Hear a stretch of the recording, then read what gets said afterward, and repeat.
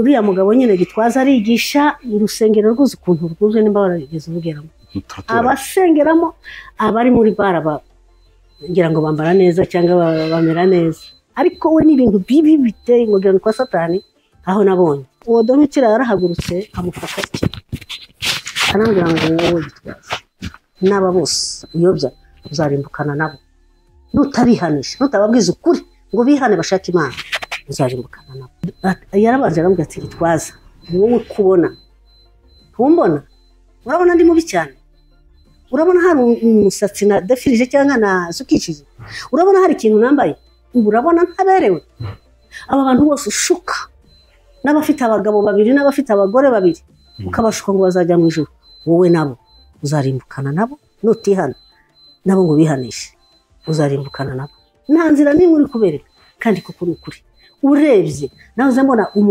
umukobwa akagarama gutya umuhungu akamucezereza hejuru amwicaye hejuru mu rusengero n'ukuri nararize nkingiranira nta handi hongera ryamye nijoro Imana imvana aho ngaho njyana ahantu Belgique mu Bubiligi nyereka shyira ku misozi 3 inyereka ibisimba navuga ngo bingana n'ikisi bya bindi byanyuraga hano byitwa ngo iki inzovu biruta inzovu ngo nabyanditse buri gisimba cyanditseho 666 ndareba imvana njyana hano mbona ukuzimu bacukuye ikuzimu bubakayemo imashini iyo mashini uyu munsi wa none iri gukora ku isi computer hose iyo mashini nubwo nyifite telefone nubwo nyikoresha ariko nzi aho ziva noneho harimo abagabo babiri mbona bariho barakoreramo ibyo bariho bakora iyo migozi mbona ukuntu ikwiriye nuko ubona avuyeyo ngarutse Imana irambwira ngo dore uko nyirabikoze agiye kuba uwo mumama dore uko agiye kuba kubera kutumva akigisha ibitumva dore n'uyu mupapa naho uko agiye kuba akanwa ke amaze baramujyana baje kubajyana babajyana aho biti bituruka yaje mu mwaka nuko yaje ameze ngiye kohereza amafaranga usengere ngiye kunyohereza amafaranga ati ngusengere ati atari ko nanayohereje genda urebe naraje hano ndebye nsangayohereje amafaranga 120 ibihumbi sinzo nimba ariko abandi bamera simbizi umuriro waratse umutima wanjye numva mbuzi yo nerekera nahise ngenda njya ku mwana wa hariya hakurya ukorera hariya mu Murindi nabwo ntibabarira amafaranga yasubiza aho yavuye hambira ati mukecuru amafaranga yasubiza aho yavuye ni mu buhe buryo mu buryo numva ko ariko bimeze sinasubiye kuvugisha umuntu amafaranga arayasubiza nijoro ndyana nagiye kubona mbona muri telefone yanjye ndebyemo mbona irihiraka imyotsi itunga muri iyo telefone ukuri kuyo mu ijuru ivamo imyotsi iruzura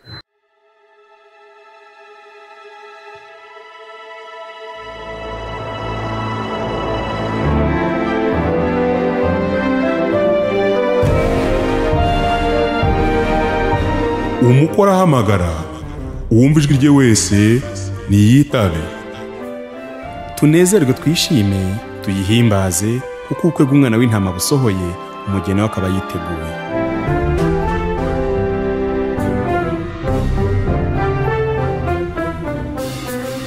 uzaze usaba imbabazi base niwe wanje kumbwira usaba imbabazi ziki ndabwira ntiziki ati nyine kunase ntibahagaritse ariko abarimu bose muri paruwase yacu bari bacaniriye mwarimu tubwira icyaha mama yaba yarakoze niki icyaha ziza yakoze cyatumye umuhagarika akakibura umunsi umwe asanga mu isoko arambwira ati uzaze ku cyumweru rero uzaze wihane tukwakire nzihana ngo iki tuzihana nyine uzavuge ko wabeshye nimvuga ko nabeshye imbere y'abari abantu imbere y'Imana nzavuga ngo iki gaceceka nzavuga uko navuze mbwire nzasaba imbabazi mvuga ibyo navuze ngo ya ngo nubivuga gutyo uko wabivuze ngo bazaduhagarika aceceka. Pasiteri arampamagara arambwira ati rero uzaze ejo bazakwakira. Ntiyazanyakira. Barabona ko se n'umukristo babizi se? N'abakristo babizi? Kunyakira. Oya kuguhagarika. Bampagarikiye nyine hagati mu rusengero. Umunsi w'igaburo. Yesu we. Kunese ubwagwatse bavuga ko wakoze iki? Ariko se ko baramubajije aravuga ngo ninjye wamuhagaritse. Cyo namuhagarikiye ndakizi. Niko yababwiye. Ubwo rero bamara iminsi bamucanira yumvise nyine arembye nubwo yavuga ngo aze kunyakira. Noneho ndamubwira rero noneho bicaye na pasiteri. Ndabwira nti mumbwize ukuri. Nimba nzajya kuvuga uko nababwiye. Ibyo nabonye nibyo numvise. Akaba ari byo mvuga imbere y'urusengero narangiza ngasaba imbabazi. Ndabyemera. Ariko ibyo mumbwira ko ujyo mugiye kunjya kubesha ngo mvuge ngo narabeshe kandi ntarabeshe. Ntabwo nabishobora. Imbere y'Imana se nzavuga ngo iki? Ngo uzavuge ko wazimuye. Nazimuriye ndi. Nimvuga ko nazimuye imbere yanyu imbere y'itorero. Imbere y'Imana nzavuga ngo iki? Ntimubwire mvuga ibyo navuze ngo yango nubivuga bazaduhagarika. Muri regiyo ngo bazabahagarika. Muzakora uko mwumva. Rero bwarakeye wenyine aravuga ko banyakiriye. Abantu barasakuza umwakiriye yakoze iki kubera ko atavuze. Yabuze icyo avuga nyine. Ariko yamaze iminsi avuga ko ari umugabo yabaye umutware nawe arakomeye. Kubona hagarika aziza azase niki? Umukungu wo guhuga tumuka. Mbese ati nanjye ngo nakwemera. Aho urumva ko ibi bintu se ko biriho. Reka ndaho ndakubwira rero ukundi. Uko kuvuga ngo uwo mu papa babwiye ngo najye gusaba pasiteri imbabazi iyo tubabonyeho ibyaha ntabwo ugenda umubwira ngo nkubonyeho icyaha. Urumva? Oya, yewe siko Imana yampamagaye. Ndagenda nkicara iruhande rwe tukaganira. Kavuga ibibi mbona. Kavuga ijambo ry'Imana. Nuko bimeze. Nimba ngiye naramubonye hakora icyaha. Ndavuga bya byaha ariko simvuga ko ari ibye. Twarangiza nkavuga ngo dusenge Imana. Nabo ubugingo ari hanazo. Cyane rwose. Nimukabyeho. Ko nukuri. Ariko iyo ugiye ukabwira pasiteri ngo dore wakoze ibi umutakaje. Kandi iyo yankoreye icyaha agewe ngenda mubwira ngo papa mbabarire wa munsi warambabaje. Wa munsi warambabaje. Igihe cy'inzara yacu twari duhagaze hariya dushaka abatujyana ngo tujye gukora. Tubakorere batugaburire. Ariko n'inzu ngo wayishonzeyemo bikomeye. Kuva navuka. Uyu mumama araza. Mbere yuko tugera kuri iyo kese. Uvuka mu muryango wari wifashije. Unashaka mu bakungu cyane nawe wonyine wanabuze uko bivuga kubera uburyo mwari washatse mu muryango ukize. Imana ikakubwira ati nzakujyana mu Rwanda. Kari agahugu wa mugani ni nagato agahugu ka. Uzababara. Uzababazwa ni igihano cy'Imana. Ko abandi baje ahubwo Imana ikabatuza ku misozi irumbuka kakuzana hano ku gasi. Njyewe Imana abandi bataha cyangwa tutaranataha. Igihe cyarageze muri 94 intambara ziba mu Rwanda. Abantu bataha muri 94 kwezi kwa karindwi. Abantu bataha ninginga Imana gutaha. Imana irambwira ngo icyawe ntikiragera. Ninginga Imana cyane tugurisha amatungo tugurisha ibintu byinshi tuvuga ngo turataha. Uwo mwana wanjye w'imfura yari ariho asaba twari dushaka kumusabira. Oya uyu wa kabiri uyu yakurikira twari dushaka kumusabira. Imana irambuza. Imana irambwira ngo sinshaka gutaha muri ako gahugu gakondo muri ibi bihe. Bagiye gutoragura. Sinshaka kujya gutoragura kandi sinshaka kujya kwiyandurisha kuko abagiye benshi bagiye kurekura. Bihimbira ibyabo. Nuko byagenze. Ariko Imana irambwira ngo ariko nubwo uzagera muri ako gahugu nyuma y'abandi wowe uzababara. Ariko nzaba ndi kumwe nawe kandi ntizareka wambara ubusa. Ariko si ubwo igihugu ubundi bye yakubabarizaga Imana kwari ukunyigisha. ngana mbwira ku masomo rero watoye. Reka nkubwire umuntu wese nafata akaye n'agakaramu yandika kuko umuntu iyo yigishijwe aranigisha. Waje hano baba amashitingi nka za zindi HCR gitanga byose. ariko njye hariyo bigeze bampara hari shitingi bampaye harya kijya nibuka niba hariyo bampaye ariko nibuka agafuka k'ibigori kawunga cyangwa impungure umufuka munini w'ibigori impungure yego bampa n'agasambi ako navuze k'agakeka najyaga nkinga hano ndumva ari byo bampaye ariko nawe hari ibyo uri bivaniye Kongo nta na kimwe byasigaye ku iduwani byose iduwani yo mu Bugarama yo mu Bugarama hakurya mu Kamanyoro bandi basigarana gase abasirikare b'i Kongo ari ba Kongo twarahageze batuza hari ahantu bari baragiye kudufungira kuri site nk'uko badufungira hariya ku murenge indi bafunga abayobozi abasirikare nta na kimwe interahamwe ziva mu Rwanda zaje zivuga ko umututsi wese uri muri Kongo akwiye gupfa nibo bica abantu ntabwo bo baje bavuga ko aribo bisha abantu oya bazaga bavuga ko bari kwicwa bari guhunga kandi bari kwihorera ubwo rero baza nyine bavuga nyine ko ubu bwoko butakwiriye kubaho ubwo rero baza kudufata kandi papa twasenganaga n'abakirisitu bari abadiyakoni ari abajyanama abandi ari abavisi barimo ariko bajyaga bambwira ngo aze tuzahisha abandi ariko wowe n'abana wowe tuzaguhisha tidufite abo tuzaguhisha kubera simbizi barakwangaga barankundaga cyane uburyo babaga iwanjye cyo batashaka kuguhisha ko niko nyine Imana yari yarabiteguye ariko se amazi ntago mbyemera umuntu wajya gukora icyaha cye ku giti cye yo kuzanamo Imana oya ayo wewe reka nkubwire papa kereka wenda niba babona kubera ko uri umusitari umeze ute ngo wari umuntu uzwi cyane ku buryo n'ubundi nibaza kwica abantu muri no quartier bari buhere kuri Aziza kuko iyo dukurikije amateka avuga ko jenoside ikijya gutangira hari abantu barasanga bari kuri liste agomba kwicwa mbere ari rabo bahise baheraho ku itariki ya 7 gutyo ni ya 8 muri Kigali cyane ndavuga ko buhamya twumva barokokeye mu bice bitandukanye bya Kigali wenda ukaba wari umustar uzwi uri nko kuri liste bagomba kwicwa mbere ku buryo nta muntu urupfe kuguhisha ngo byemere oya ntabwo mbizi nimba ibyo byari bihari ariko ndashaka kukubwira hari ibyo babanje kuvuga ubaza mu ijuru Imana injyana mu ijuru ubwa mbere mbona iyo nzu y'imiryango 12 nakuye ngo sinzi ko yari yubatse nabonye imiryango 12 Imana izana ibigira nkuko yaba ari inzu cyangwa urusengero ninjiyemo nicaye mu kuntebe yitegeye ama etajeri azamuka akarengaho ntabona ayo ma etajeri yari ariho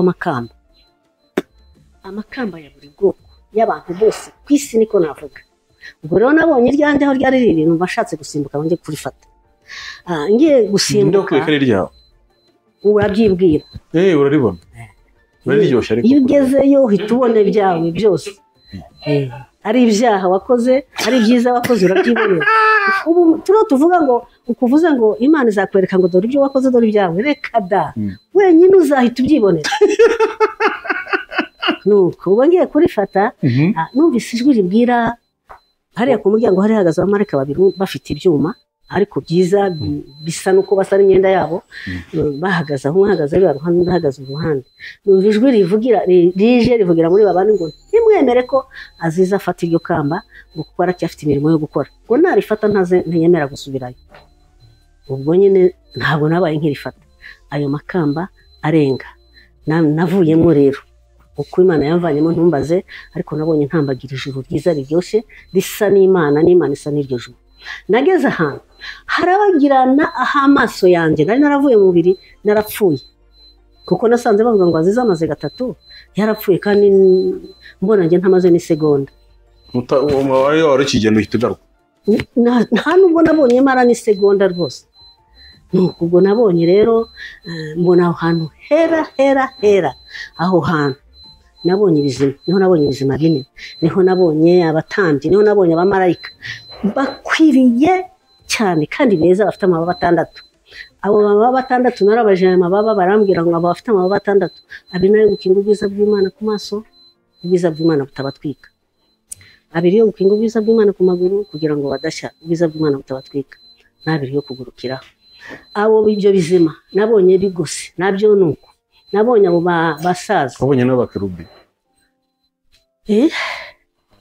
n'abakerubi ntabwo basobanuye abamarayika baribo ariko njya numva ko nibwira ko abamakerubi barabo bari bafite amababa 6 kuko nibo bari arimo nasomye muri Bibiliya n'uyu munsi nibo babaga bari hafi umuntu waberetswe pe Yesaya yarabonye kuko babaga bari hafi ariko ibaze kubona ikiremwa gifite amaso umubiri wose ibaze na hano mu nda harimo amaso nakwiruka pe ndeba nk'iriya hene aya ntabwo wakwiruka amazi ndeba nk'iriya hene nka Daniel yabonye wene ngifite amaso ari itanye shushanya hano ku gahanga k'umuntu ngashaka hano nyakira nkahabura nkabanisha nahita niruka hariya mu Gasyata hari umukecuru witwa Rugi twagiye gusenga tugabana imisozi twashaka kumva Imana no kwibona tugabana imisozi aragenda we aho yapfukamye yabonye umuntu ungana udafite itangiro n'iherezo kuko yamugenzeho agenda cyane ko yagera mu rubavu arananirwa umunsi urashira ntiyahageze tigeza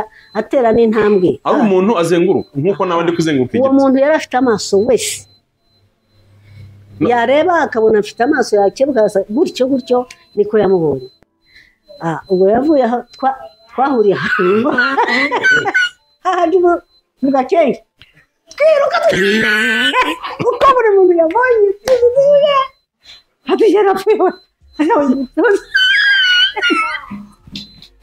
mwari mufite gahunda yo kugira gute kwashaka kubona Imana numva muyikumbuye se ariko tukunze cyane kuri rwose ase mureke mukinga hariya none tibwire n'ubundi nyine natwe rero ko yatugenze noneho tujye tuvuga ibyo twabonye niko Yohana yanditse mbese wowe wabonye iki yewe nabonye ibyiza by'Imana sinashobora kubivuga mbese wowe wirukanka rwanda iki ko mwahuye mwiruka nabonye ubwiza burenze kandi nabubonye ntaragerayo ubwo ndiho nshaka kuvuga nabonye ubwiza burenze nabonye irembo ryiza rimeze neza rirabagirana nabonye abicayeho bameze neza nimba ari bo bamakerubi nimba ari bo baserafi ntumbaze beza basa neza bafite amaso ateye ubwoba kandi sinamenye uko nabivuga ubwo navuye niruka kugira ngo uze kumubwira oya nirukaga mbahunga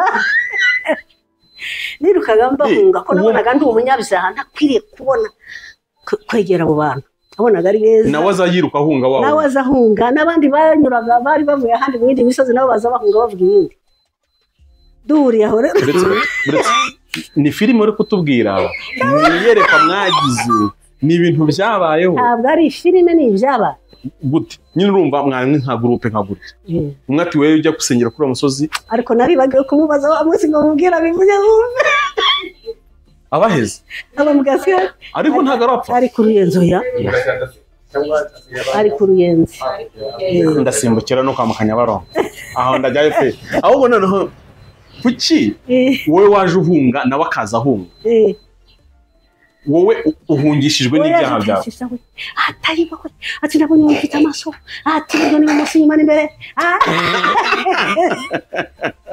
nanjye niyewe byaraho nuko byatugendekeye ubwo rero nese ugumva gufite ubwoba busanzwe bwo mu mubiri ndewe nari mu mubiri se nari mu mubiri nese kuki wabahunze numvaga ntakwiriye yewe nubonaga ari ibyera ntakwiriye kwegera oya numvaga ndi umunyabyaha kandi wari usanzwe ujya no mu ijuru ndakubwira ngo simbwira ko nageze no mu ijuru uko nagiyeyo kenshi uko nageze ubwo bwa mbere mbona abo bamakerubi abo bamarayika mbona abo basaza mbona ibyo bizima hagati yabo hari ubwiza buteye ubwoba butarebwamo kandi ndakubwira ngo nari maze iminsi mvuye mu mubiri kuko nasanze bavuga ngo maze iminsi 3 ariko ni ukuri sinigeze amaso yanjye ahwezamo muri bwa bwiza ariko ngiye kubaza numva ijwi rituruka kure rihinda nk'imvura nka kwa kundi imvura ihinda ariko biryoshye kuko byarahindaga ngumva mu munyenga mwiza cyane kwa kundi imvura ihorera numva ijwi rivuga ngo aho ni mu bwiza bw'Imana aho niho Imana yicaye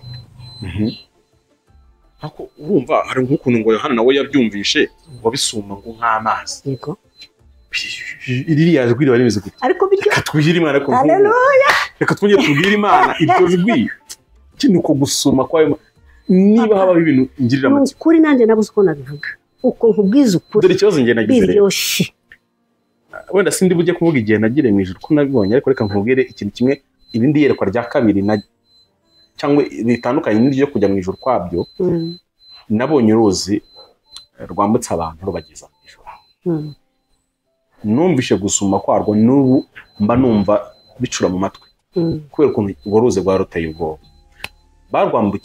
barwambukiragaho hari biteme niryo jambo nakoresha ariko mu by'ukuri ni nk'uwafata ingiga y'igiti ariko ikoze mu kirahure noneho iburungushuye ku buryo iyo wajyagaho ufite ubwoba iyo ngiga yaranyeganyega ikamera nk'iyikaraze abantu bakagwa muri ayo amazi naje kubwira mu muntu urupfu ariko ikintu cyanteye ubwoba kuruta ibindi byose amazi yasumaga aturuka reka mvuge ngo iburyo n'ibumoso ahuriraho cya kiraro kiri akamanukamo hasi noneho ukabona uburyo umugeze ari munini uturuka ruguru n'undi munini uturuka hirya ihuriramo aho hantu noneho ugahita ugira igitekerezo ngo uba ahantu aya mazi agwa hatuzura hareshya hato byatumaga bagerageje kwambuka kubera ubwoba bagushwamo n'ubwoba gusa bwo guhinda kw'ayo mazi ikintu cyaje kuntangaza muri iryo yerekwa hari abantu bambukaga kuri icyo kiraro bameze nko kugenda mu gihanda kinini ku buryo noneho ibwo naje kubaza abagabo bari bahagaze hakurya y'uruzi barambwira ngo kwambuka uru ruzi biterwa n'urukundo ukunda igihugu ujyamo aba bantu ikintu gituma ibyo wowe biteye ubwoba uri kubona bo batabibona ni urukundo bakunze igihugu kuko uri hakuno y'uruzi ntabwo rwari uruzi runini cyane ariko rwari uruzi rutuma mbasha kumva amajwi yo muri uwo murwa ndi hakuno hanyuma abo bantu ngo bari bafite ukuntu bayumva akabatera urukundo n'urukumbuzi bigatuma kwa gutera ubwoba no gusuma kwa mugizi bo batabibona bakambuka ikiraro kumwe abanyabwoba kibatitirana bakagwamo bubona ni nko kwambuka singute nka kaburimbo y'ibyerekezo bibiri wayegeranyije urumva ukuntu ikigihanda ari kinini ukabona bo ntabwo nta kibazo cyo gukandagira mbese aho gukandagira ho hameze nk'ahirema nyamara mu gihe abanyabwoba kahinduka akantu koroshye ubona n'ubundi rubugwemo k'ikirahuri nari hasi ko ndavuga ngo urwo ruzi Yohana yumvishe rusuma rufite ijwi riryoshye gutya urwo ruzi wumvishe cyangwa se iryo rwumvishe risuma nk'imvura kuko mu by'ukuri iyo imvura isuma ku muntu yikeneye nayo ifite ukuntu igwa neza umutima we icyo ikora ku muntu nanone udakeneye imvura ruriya rusaku rw'imvura rumutera ihungabana yego Imana yakongera ikavugana n'abantu bityo tukabyumva ese impamvu we waba usaka gukunda kujya mu ijuru nuko warigezemo wamugana aba bantu tubabwira ibyo by'ijuru ariko nyine ari kunzo ntararigeramo none se nise ndari kubwiye nguri kundi nta warindiye uretse ko numvaga bavuga ko hari intumwa n'abahanuzi mu mashaka kubawe kandi sinabayewe mu mashaka kubawe nkayoberwa naho bahera ariko numvaga ijuru ndikunze ukuri numvaga ndikunze kandi Imana yo mu ijuru nuko se w'abana adahari ni uzi uko byagendaga ibyanjye iyo naryamaga sinabaga njyanye mu isi nuko rero nasurwaga n'ijuru cyane utese wowe ukajya no mu ijuru gute wabihuzaga gute ngewe narahingaga najyaga njya kuvuga ubutumwa njya muhunda kubwira abantu ejo bundi numvise amakuru abantu bavuga ukuntu bavuga Imana nk'ubu uravuze ukuntu wagiye ukabona icyo kiraro kingana gutyo abizera aho banyura ukuntu hapanuka hakaba hanini abatizera hakaba hatoya ngewe Imana inyereka ko abantu bananiwe nambuka urwo ruzi uzitanganika ntimuyibuka ntimubona uko mwabonaga umuntu ahagaze buvira areba i Burundi uko niko nabonye noneho urwo ruzi mvuze Tanganyika wari urugeraho rero runini cyane hakode nansengere n'uruzi runini cyane mu Rwanda gusa kuki ngewe Imana ntembereza ndagenda nk'ubureba ngarukiye hafi ya Tanzania ejo bundi nagarukiye ku mupaka wa Uganda nanga kwinjiramo ubu naragiye ariko nyine uri mu nzira uzagenda ubwo se nzaherayo bambwiye ko ejo bundi baguhamagaye ngo ujye mu bubiri gukanga ngo ndusuge umugore n'abana ntaho najya rorese niba ushaka kuntumira nantumirane n'umugore si uko se ngo wari ugiye nanjyane n'umugore ariko urumva umva rero jya uko nabibonye nanjye Imana inyereka ko abakozi b'Imana kuko nabonaga abapasiteri bose kwisi bazajya mu ijuru ko ni ukuri numvaga ko nta muntu w'umukristo w'umunyabyaha numvaga ko nta muntu cyongera no nk'umupasiteri ubwo numvaga ari ikirenga ariko umunsi umwe Imana iranjyana igeza kuri urwo ruzi hakurya y'urwo ruzi nabonaga ari ahantu h'umweru derere ariko hari ibirundo by'imyenda y'imyeru derere byari birunze ahantu hatatu ahantu harindwi byari birunze noneho Imana mbona hagati hari urwo ruzi hari akantu k'akadodo kangana imbarasasu uko ingana niko bambukiragaho njye ndambuka ndagenda ngera hakurya mbona abariyo bamarayika abantu banezerewe sinzi ko nabivuga noneho ngaruka bamaze kumbwira baza kuntondera ibyo birundo ko ari iby'abakozi b'Imana ni imyenda y'abo bakozi b'Imana bari hakurya kuko iyo umuntu avuye mu mubiri uko njya mbwira abantu ngo sinigeze menya nimba nari nambaye nimba ntari nambaye gusa nabonaga ndi aziza umwiza usa neza kandi by'ukuri n'abagiye bambona sinawigeze ambwira ati twabonye wambaye twabuya ibyo nakubeshya ngo nabonaga nambaye gutya zaba nabeshya ngarutse nabonye abapasiteri bandi nabonye abakristo bantu numvaga nemeye we wahijuru bakagenda bajya kugera kuri ka kagozi kari mu mazi ariko bambukira aricyo kiraro nabonye hambuka abantu batatu nibo bambutse kandi bagenda neza abandi bose nta n'umwe ahubwo baragaruka bakajya bafatana kuki utasobanuriye wowe se ntiwisobanuriraga ntiwize kuki utambwiye ngo mbwire abantu ibi kuki wamishyuye kuki utatubwiraga ibi ngibi ngo tubivugishe ukuri nuko bagiye basubiranamo bigenda birangira mbona bafashe umuhanda w'umworera basubirayo ariko nanjye nkanguka ngo papa bababarire ubagarure ukuri kwawe nyine izi mbabazi Imana yarazibahaye niyo mpamvu bumva ibi ngibi ahubwo ikibazo baremera kuzakira kuko ni ikibazo biranakubwiraga ngo uramutse uzi Kigali simpa kwifuriza nagomba kwifuriza kuko unyifuriza kujya mu murwa we nanjye wanyifuriza nkaza mu mazi guma hano Imana yaguhereje umuntu n'ibishyimbo n'imyumbati wirire aho kugira ngo uzarimbuke urimbujwe n'inkoko ziri i Kigali Kigali hari amahoteli harimo inkoko n'ibyayi aho usanga umuntu anyweye nk'agakombe k'icyayi k'ibihumbi nka 30 ari agakombe kamwe ariko kakaba kagiye neza uko kamera nako ubugingo bw'abumira haguye abahanuzi batagira ingano kanguye nk'ikintu cyeze i Kigali ku muntu wese ushaka gusarura ufite nk'ibifuka byabuze ibyo akoresha naza asarura ubuhanuzi bw'ibinyoma bwuzuye i Kigali i Kigali abantu baricara sinateye kamera hano mwese mwarebaga umuntu akanza akavuga ati tugiye kuvuga bino bintu wowe ugiye guhanura bino umuntu akira ibyo mvuga yabaga bikubwiraga gusa atari ubugome wenda ubonye wenda hari ibinyoma ushobora no kugenekereza ukavuga uti byari amaco y'inda nabuze ibinyoma bigamije n'ubugome tukicara nkavuga nti tuvuga ko Mukecuru Rehema kubera uburozi bwe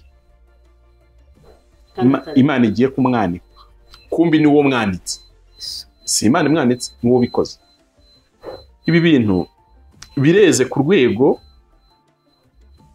biri gutuma kwitwa umukozi w'Imana bihinduka igitotsi njye nibuka mu gatabo nanditse kitwa Umurenzi mu butumwa Imana yari yamaye mu gice kimwe nashyizemo nuko Imana yamenye ngo ari igihe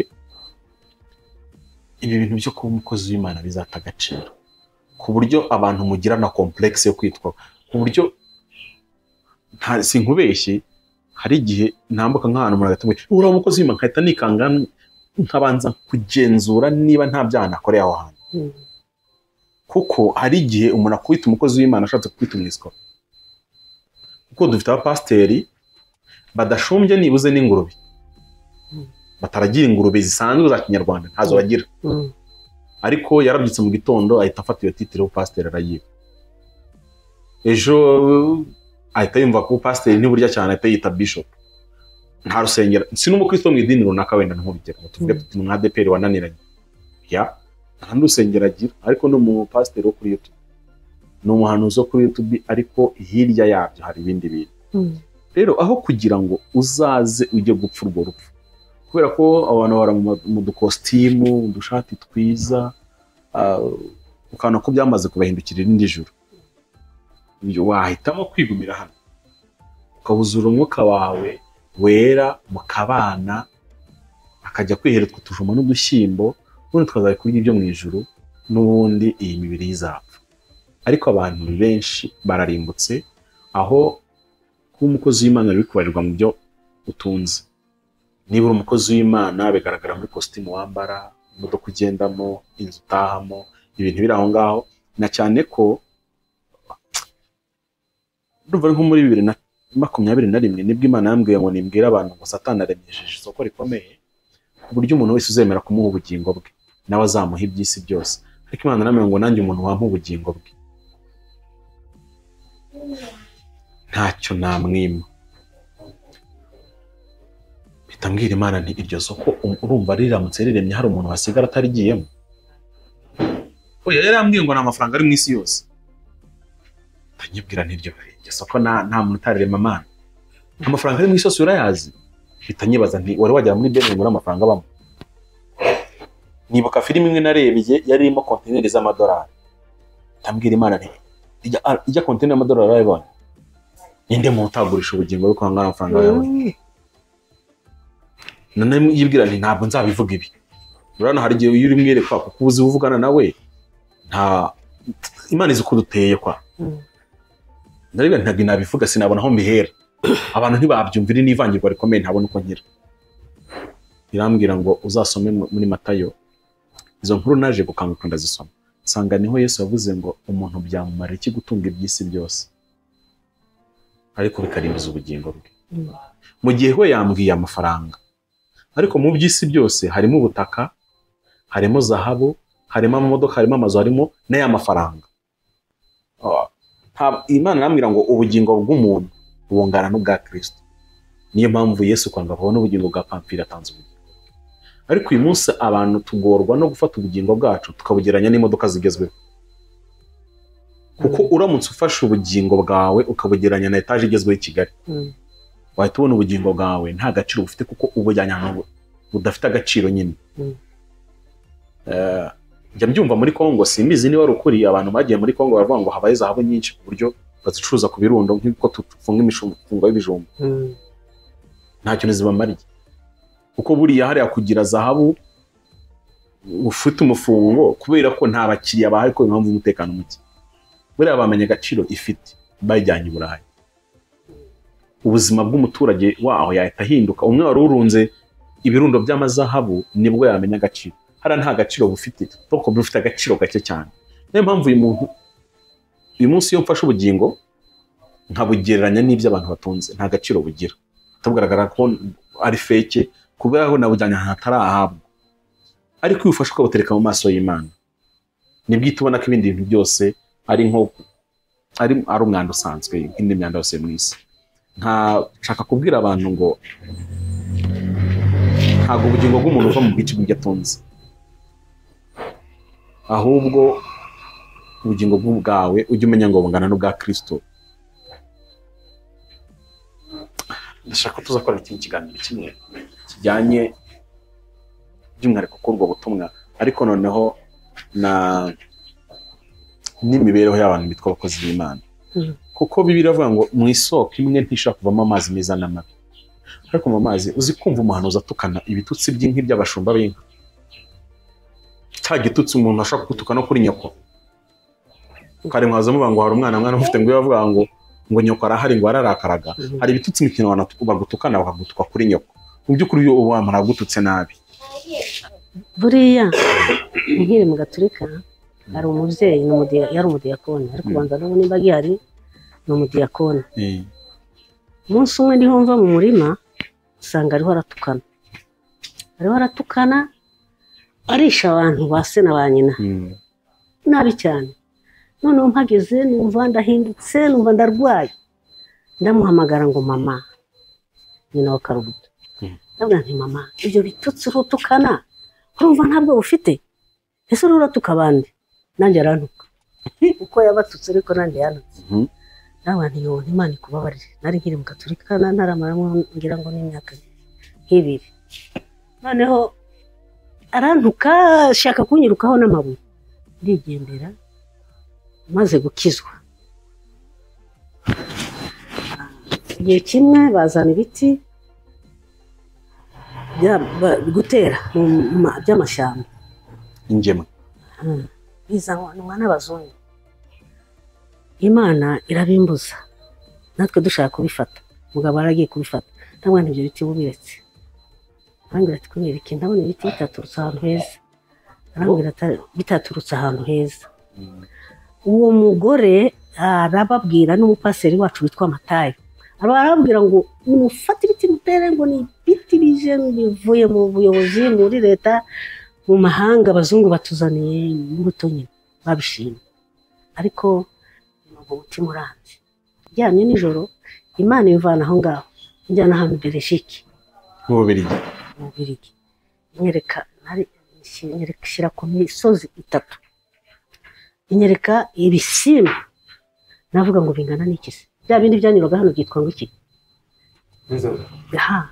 Biruta inzovu. Ngo nabyanditse buri gisimba cyanditseho 666. Ndareba imvanaho njyana hano, mbona ukuzimu bacukuye ikuzimu bubakayo imashini. Iyo mashini uyu munsi wa none iri gukora ku isi, computer hose iyo mashini. Nubwo nyifite telefone, nubwo nyikoresha, ariko nzi aho ziva. Noneho harimo abagabo 2 mbona bariho barakoreramo ibyo bariho bakora, iyo migozi mbona ukuntu ikwiriye, nuko ubona avuyeyo ngarutse. Imana irambwira ngo dore uko Nyirabikoza agiye kuba, uwo mumama dore uko agiye kuba, kubera kutumva akigisha ibitumva. Dore n'uyu mupapa nawe uko agiye kuba, akanwa ke amaze baramujyana, baje kubajyana, babajyana aho biti bituruka. Yaje mu mwaka nuko yaje ameze, ntabwo ubyibuka? Oya buretse aho mwiyerekwa, uracyari mwiyerekwa cyangwa rivuyemo? Ubwo navuye mwiyerekwa. Hari ibintu uvuga bikancanga niba ari iyerekwa urimo, kuko byose bimeze nkaho byose ari igihe ngiyo. Nakubwiye iyerekwa ryarangiranye na ya computer. Nubwo nyine nakangutse nageze mu rugo, kuko harimo nakangukaga nkasanga se w'abana ariho yakabakaba wapfuye. Ese byagenze bite wa mana we? Yase yansize, yansize Mana isigaye cyageze. Harimo nasangaga ariho afata umwana, nkumva nose ku mwana gihumeka, gusa yaziza yagenda umwana agasigara, gusa umwana hari cyafite kasanga ariho yivugisha gutyo. Nuko yibwiraga ko we ugiye umwana ataje, akikanga ngo mpanda yavuze nagiye, kandi yasigara se yasigara. Ugengo ni ikinege ntago baburaga abantu. Ubwo rero niko nagiye. None Imana akubwiye ngo uwo mugore agiye kubiki? Agiye nzabona ikimenyetso kizamubaho, ntazasura kugira umunwa nk'uwabandi. Muhira uwo musaza ukuntu azatumbagana, ukuntu azangana. Nyuma abazungu bahita babaha kujya kwigira, baragenda bajyayo, bavuyeyo niko uwo mama yaje ameze. Bamugize iki? Umunwa nyine warahenganye, sinzi uko byagenze. Umuntu yavuye muri Kongo ari muzima ajya mu Bubiligi, agarutse agaruka umuntu aza yabacu n'uyu munsi. Nuko yabayeho, kandi urumva bamujyanye nko kumugororera aho. Uwo mupapa rero nawe yabayeho, turaza yabanje kubika ibuburi, ariko mu kanya gato tuba twebwe turiyiziye. Ariko nsubiyeyo nasanze hari ibiti, intebe bagiraga hari hanze byitwa ngo umupando, sinzi uko babyita mu Kinyarwanda, kimeze nk'uburiri, akicara yicaye ariko yegamiye nk'umuntu uryamye. Aracyuzuye, ni ikintu kiraho k'ikibuburi, nta umuvugisha ngo avuge. Ese abazungu babakoze? Simbizi. ariko Imana yavugaga ko ari ibyero, ari ingaruka za bya biti bakoze. za bya bindi bakoze. Nese ibyo biti barabiteye, ibi biti bisanzwe Barabiteye ibi biti bisanzwe. ariko Yesu reka twumvikane ndakare. Ariko hanyuma Imana yatubwira ngo Watera bizaza iminsi nyuma uzabifate. Cyaje nyuma turabifata turatera, ariko ibyo bya mbere yarabitubujije. None amazi turabaho gute muri iyi si?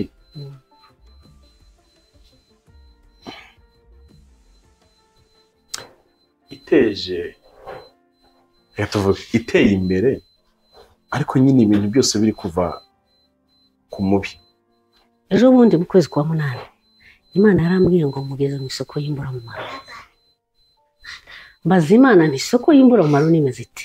Imana irambwira ngo nyine buhise mbona isi yose ihindutse isoko, kandi mbona harimo abantu beza n'ababi bose bahaha. Uburyo nagiye mbona abagiye bambaye ibyera bahita babyamburira aho ngaho, kabona bambaye iby'imikara nk'abandi bose. Abagiye bava muri iryo soko ni bake cyane, ariko byarambabaje. Ntakira Imana, ntakambira Imana. Nabibaza ngo ni kuki, ese niki bari guhaha? Imana irambwira ngo bariho barahaha ibyica ubugingo, byonona ubugingo, aho kugira ngo bahahe ibiba bibungura mu rugendo rujya mu ijuru. Umuntu agasiga. Ejo bundi nasanze abantu bari bavuga ngo nta muntu ukiranuka ku mafaranga. Nibaza iby'ukuri, nimba umuntu adakiranuka ku mafaranga azakiranuka ku ki? Nimba umuntu akugiriye nabi nawe ugashaka kumumugirira, ukiranutse utese umurushije iki se? Niki tuzakiranukaho iby'ukuri? Tuzakiranuka ari uko Imana aduha amafaranga? Tuzakiranuka ari uko Imana aduha ibyo kurya byinshi? Tuzakiranuka ari uko dufite umunezero, ubundi mu mibabaro wapi? Imana ntayihaba. Isoko y'imburamumaro abantu bariho barahahamo ibyo mvuze byose biri muri iyo soko y'imburamumaro. Umuntu agahinduka mwene se, umuntu akumva yakwiharira, umuntu akumva yakwifata, umuntu akumva ko muri iyo soko bariho barahahamo ibintu byinshi, kubeshya, kuriganya, gusambanya, uburyarya, ibintu byinshi, kwibona, gusuzugura, kwikaniza, utuntu twinshi. Abantu bariho barakora ibyo ngibyo, kandi abakora ibyo ntibazabona Imana. Papa, none ikibazo urumva, njyewe ahantu ngira ikibazo, iyo nsomye mu gitabo cyo kubara nsanga Abayisiraheli bahagurutse muri Egiputa bagiye i Kanani, iyo yari gahunda bahagurukije. Imana yabwiye ngo nibabare abantu barengeje imyaka 20, kuva kuri 20 kuzamura, babara abagabo 600,000. Hanyuma iyo dusomye abinjiye i Kanani ni babiri. Umuntu akoze imibare, uretse nakora imibare yumva ukuntu iyo mibare isekeje.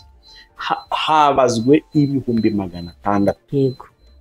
Ababashije kugera i Kanani ni babiri, kandi abandi bose baguye mu butayu bazize kutumvira Imana gusa. Ntago bazize ko batakaje ubwene igihugu bwa Isiraheli, bazize kutumvira Imana. Kandi bari barabwubahirije we, bari barabwubahirije. Ejo bundi naganira n'abantu ndashaka gutega ikiganiro kijyanye no kugaruka kwa Kristo. Imana izamfashe, ariko byari bitewe n'iki? Umuntu arambajije ambwira ibintu byo kugaruka kwa Kristo, ndamubwira nti mukwibeshyaho cyane, kuko ikintu cyitwa rapture cyangwa se gutwarwa kw'itorero, kuzamuka kw'itorero ni kubaho mu isi. Ubuzima buzakomeza bubeho nk'uko bwarusanzwe. Ikintu rero gitangaje kizabaho nuko nta shanjama bazabona, kuko abantu benshi bibeshya ku kugaruka ku gutwarwa kw'itorero cyitwa rapture. Yesu naritwara, bareba zino ndirimbo zigaragaza ko hari turimbo tujya ducaho abantu bagaragaza ukuntu tuzaguruka, imyenda igasigarirwa nko mu rusengero. Biriya bintu, iriya ni filime yakinwe, ariko si ukuri kw'ijambo ry'Imana. Gizatangaza abantu uko muzaba muri nko mu rusengero rwuzuye, ntihagire n'umugenda. Icyo gihe bizatuma niba babwira ngo Yesu atwaye itorero mutabyemera, kuko mwari muri mu nzu y'Imana. Ariko kuba muri mu nzu y'Imana ntabwo bagira abana b'Imana. Bizatuma mu Rwanda dushobora gusanga hagiye abantu 1000. U Rwanda rutakaje abantu 1000 mu gihugu cyose turi muri miliyoni 10 na zingahe. Ntabwo u Rwanda rwakumva ari ikintu kidasanzwe cyabaye. Mariya yigeze atubwira ko yabonye impande z'isuku arenye abantu 8. Birashoboka, kuko ni ikintu giteye ubwoba. Reka dutekereze wenda twagira 1000. Nitwagira 1000 muri Kirehe, mu karere ka Kirehe murimo, habaye hagiyemo 3 cyangwa 5, ubwo urumva ko hafi ko nibuze muri murenge nta muntu umugiye. biratuma igihugu mutabona ko ari abantu badasanzwe. Muzatekereza ko Aziza yari yagiye ahantu gusenga muri umutegereza ari bugaruke. Niyo mpamvu kuko none se ibaze mu bakristo batuye muri no quartier Aziza ari wenyine wabuze ntabwo mwakumva ko Yesu atwayitorera bati no pastor se nagihari none se babaririmbye natwe tuba mu yitatu mwasengeraga iki mwasengeraga Pamfila Hirime ubwo se mwana muri mu masengesho bona ubwicanyi no gusenga ngo Imana inyihere ubutunzi ibyo rero nk'abantu b'Imana hari ikintu theology yigisha njyewe sinkemera ku ruhande rwanjye kurikije iby'ijambo ry'Imana bigisha umuzuko wa gatatu muri theology bigisha umuzuko ngo w'abantu bazamenye ko itorero ryagiye bari barangaye noneho ngo bo bazicungura bacungurwa n'amaraso yabo nkahita ngira akabazo kameze gutya abagiye ba mbere bacunguwe n'amaraso ya Kristo wowe ucunguwe n'ayawe ubushake n'ijuru uzajyamo kuko aba mbere bacunguwe na Kristo babajyanye mu ijuru hanyuma wa kabiri mucunguwe n'anyu maraso ubwo mushake n'ijuru muzijyanamo kuko uwo muzuko ntawo ujire yigisha ni igihimbano ikintu cyanyu ntakica oya ntacyo gitwaye ni igihimbano muri theology bahimbye bagendeye ko nyine babona ko hari abantu bazagenda abakristo bazakanguka akagarura ubwenge ku gihe ntibazihana ariko byirengagiza ko biranore yigisha ko ari imbabazi zarangira kwihana igihe cy'imbabazi cyananye ntacyo bimaze umera nkaho utaha igihe icyiza umuntu dukurikiye niyo mpamvu dukora ingendo zo kuva i Kigali tukajya Kirehe niyo mpamvu mama Aziza yicara imbere y'itara rimeze gutya wari kwicaza imbere ngo wumve ukuntu amaso akurya uriya Samu yicaye hano cyagiye kare itara riramurya mu maso ari abashye baba nice imbere y'amatara mwararushye ndabwira nti buryo yanteye imbere ari 6 ubutekereza ameze gute kwira ririmo ibaze uba wumva ameze nati ahita ajya kurigabanya n'abandi icara aranga reka burya ya gahunda yose yabaye yarigabanyije ubu umuntu rero wakwicaza nk'imbere y'iki gitara kimeze gutya kikakubita amaso mama Aziza nta mafaranga ndibuguhe ko ngende mu murimo w'Imana Imana izayandinde nawe ntajya uri bumve kuko nawe uri mu murimo w'Imana ariko umuntu akaba yicaye akumva ibintu twabikoze tumeze nk'abari gutigiye twagira ngo umugeni wa Kristo wezwe Yesu azatwara umugeni udafite ikizinga n'ibyaha bisanzwe n'umunkanyari ibi ni byaha bisa nk'ibikoranye n'iterambere bikarimo ubusambanyi n'ubusinzi no kuragura no kwica nibyo byitwa iminkanyari kuko ishati kuba imeshe ariko ifite umunkanyari ni ikindi kibazo ntabwo bawujyana mu birori niyo mpamvu dukwiye kugira umwete wo kwezwa no kubana n'abantu bose amahoro utejejwe ntazabona umwami Imana mwezwe ku gato na kanini hari ibyaha twe dufata nk'ahari binini ariko gifite ukuntu byagiye bibyara nk'urugero uyu munsi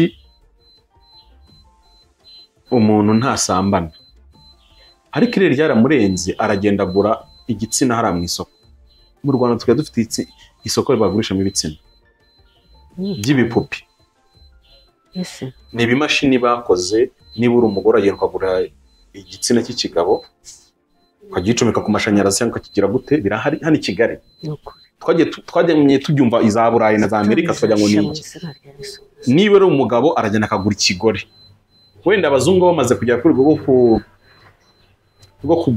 gukora abantu amarobo ameze nk'abantu ariko azaba ari umugore cyangwa ari umugabo ariko mu Rwanda ko turagera kuri ikoranabuhanga turimo turagura noneho ibyo ukibwira ngo ubwo utasambanye na Pamfila ariko waraguze igitsina cy'umugabo hariya mu isoko ukumva ni ibintu byoroshye icyo bibira ntabwo yizivuga ngo abazagura ibyo bitsina muzahano ariko icyo ni icyaha kuko cyabiguteye nawe uzi cyari cyo cyabiguteye cyari cyo hari nk'ikindi kintu kigezweho umuntu arakimbaje amaze kukimbaza ari benshi bambaza ngo ese kwiteza intanga ni icyaha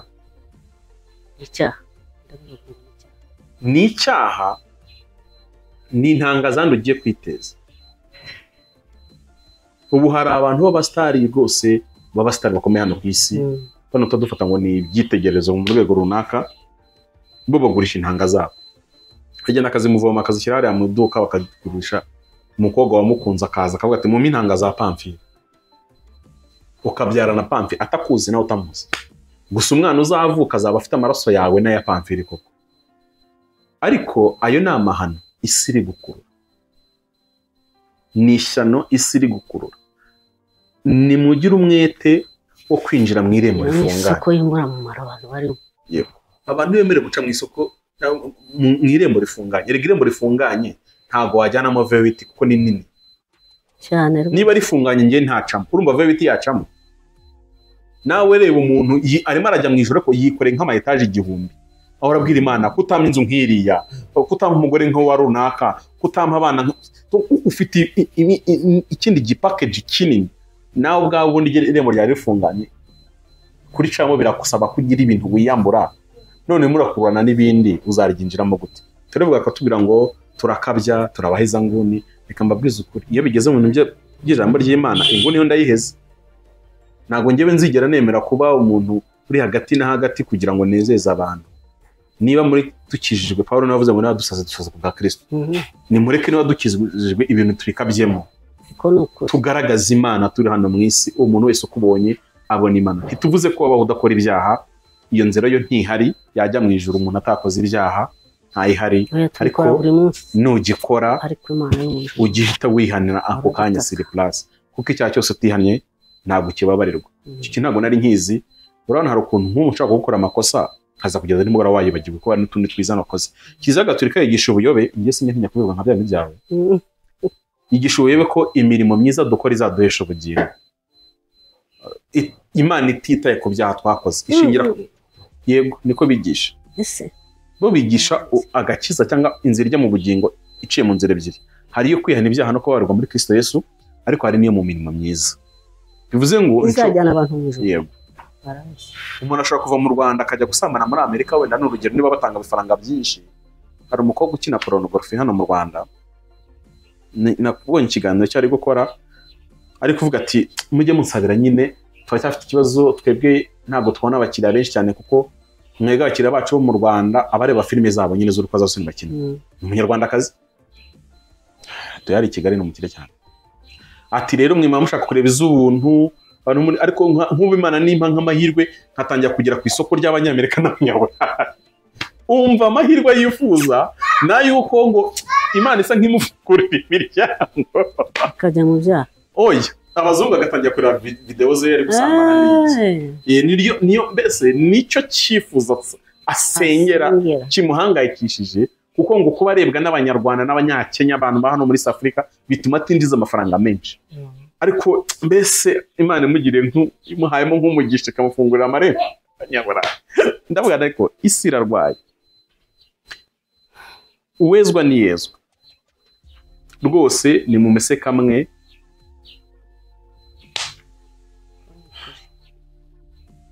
yavuga siko kuyamara mu mazi, ndagira ngo ubwakanye usengera abantu. Hari abantu nkunda kuganira nabo b'ibyiciro bitandukanye, ariko nkumva hari abantu barushye, baruhijwe nuko byabananiye guhitamo.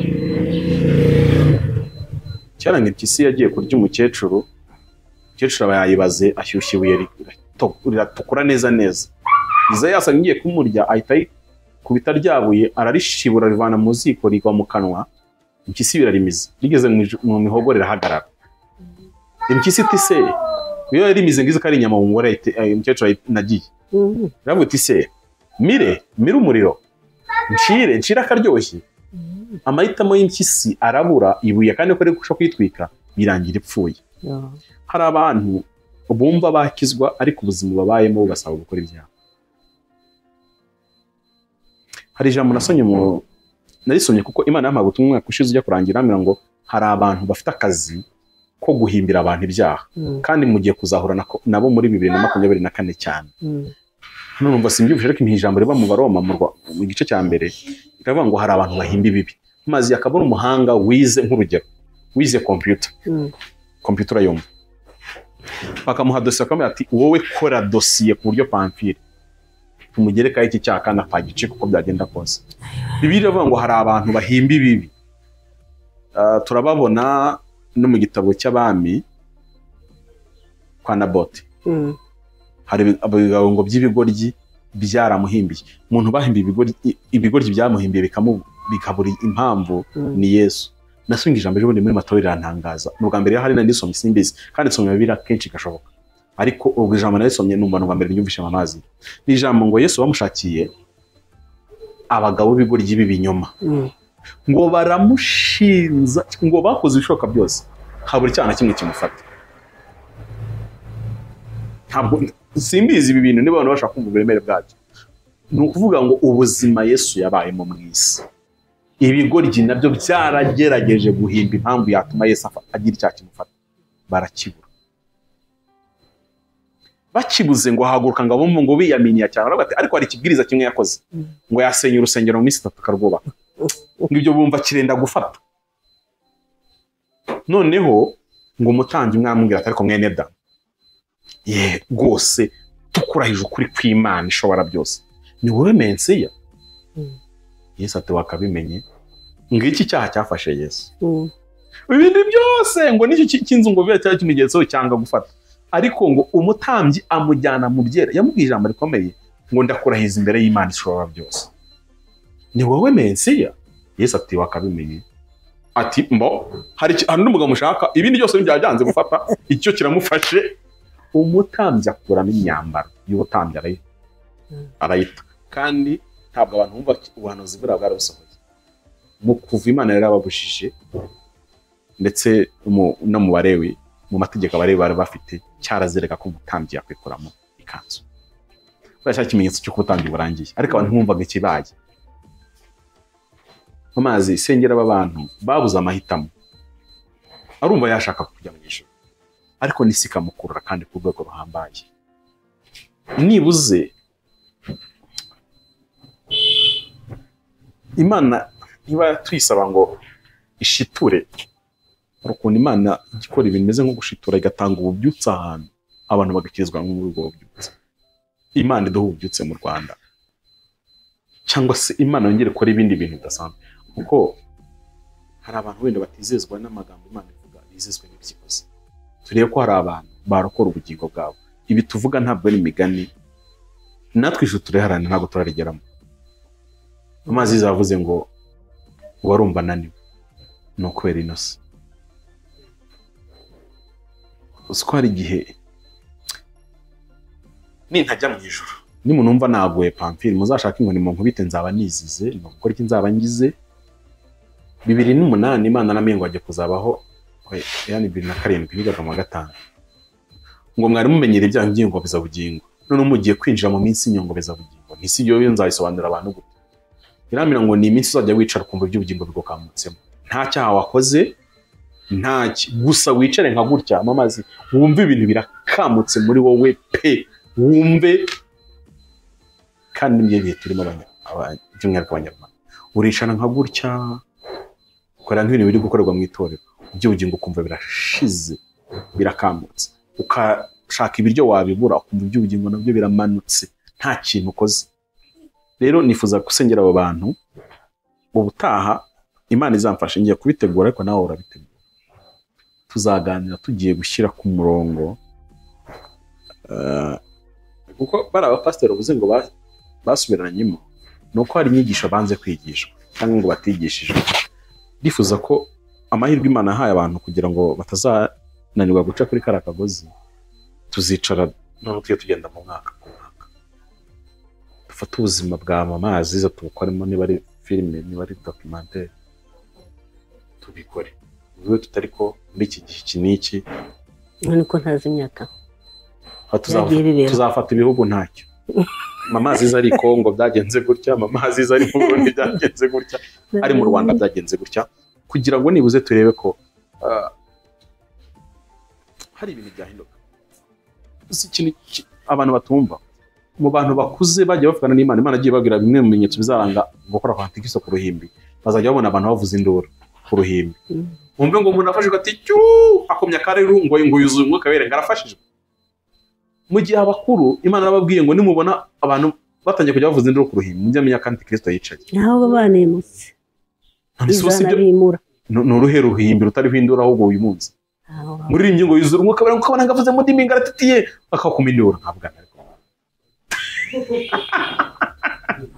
tuherutse kuteranira ahantu haza umwigisha Yesu we Mana w'ijuru mutabare Imana imurengere ubu muri iki gihe turimo papa igihe kiruhije cyane ni ukuri iki gihe rero njya nkunda Imana njya nkunda kubwira abanaje ngwira umumama n'abandi twatwicaranye kandi ndashima Imana kuko Imana nizeye iyo nzi iyo nabonye ijuru nizera niryo nabonye iyo mba umukristo nk'abandi nkabisoma gusa muri Bibiliya cyangwa bakabinyigisha nka kuriya nienda nanjye mbifata nk'abandi ubu twavuze igihe cy'ubugoryi uziko hari ibintu bijya bibaho n'abana banjye bakambwira bati mama ubwo ni ubugoryi ni kubura ubwenge ni ukubura ubwenge umuntu ufite ubwenge yagakoza atya yego ariko ugasanga si ubwenge n'ubucakura nkababwira nti Imana yo mu ijuru ntikampe ubwo bwenge ntikamumpe ubwo simushaka kandi ubwo nkeneye na Imana yo mu ijuru inyembabazi izabundinde kuko gusa ubwenge bujyana abantu mu ijuru abantu benshi bakiraniwe ukubona ko iyo wakiranutse cyane iyo washatse Imana cyane ugashaka ijuru kuko njya nkunda kubwira abantu ijuru njya mvuga ni ukuri umuntu ajya aganira akavuga ibyo muri Amerika akavuga ibya hehe akavuga ibyo ko yagezeyo akabivuga undi yaza nuko ariko ijuru ntabwo ari muri Amerika ntabwo ari mu Bubiligi ntabwo ari mu Bufaransa ntabwo ari n'ahandi hose njya numva ijuru ririhariye ryonyine ubwaryo kandi abazajya mu ijuru ni abazakiranuka burundu batagira ko basiga batagira ko bahengamiraho njya mpura n'abantu benshi bakajya gusenga bava nkababaza ntimuvuye bati turi gusenga basengera iki Imana itubwire abantu benshi bajya gusenga bashaka icyo Imana ibabwira kandi ntibashaka ko Imana ibabwira se ko muzabona ubugingo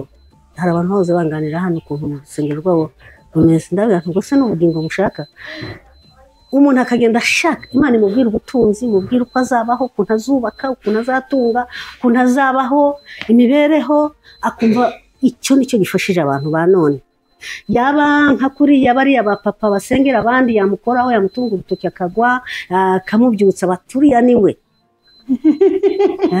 ejo ugasanga yujuje itorero riranasaga kubera ko akora ku bantu aramutunga urutoki akagwa yasura kumutunga urundi akabyuka agezweho imigeri asigaye aca mu itara agatashoto nk'umugeri gutya ikigande cyose kigata kitura hasi cyangwa akubita ikirenge hasi ibaze abo nibo rero nibo bariho bagenda nibo abantu bariho bagana nibo abantu berekeye ariko bose nibatihana ukuri bazarimbuka njya nibuka igihe kimwe twagiye kwa Gitwaza n'uyu mama dusanga umubyeyi witwa Domitira niwe twari tugiye kureba ko njye namuherukaga kera tukiri muri Kongo noneho uriya mugabo nyine Gitwaza arigisha urusengero rwuze ukuntu rwuje nimba barageze ubugeramo abasengeramo abari muri bara ngira ngo bambara neza cyangwa bamera neza ariko we n'ibintu bibi biteye ngo kwa Satani aho nabonye noneho wabwira abantu ukuntu bazajya mu ijuru ukuntu abantu ese bazajyayo mu buhe buryo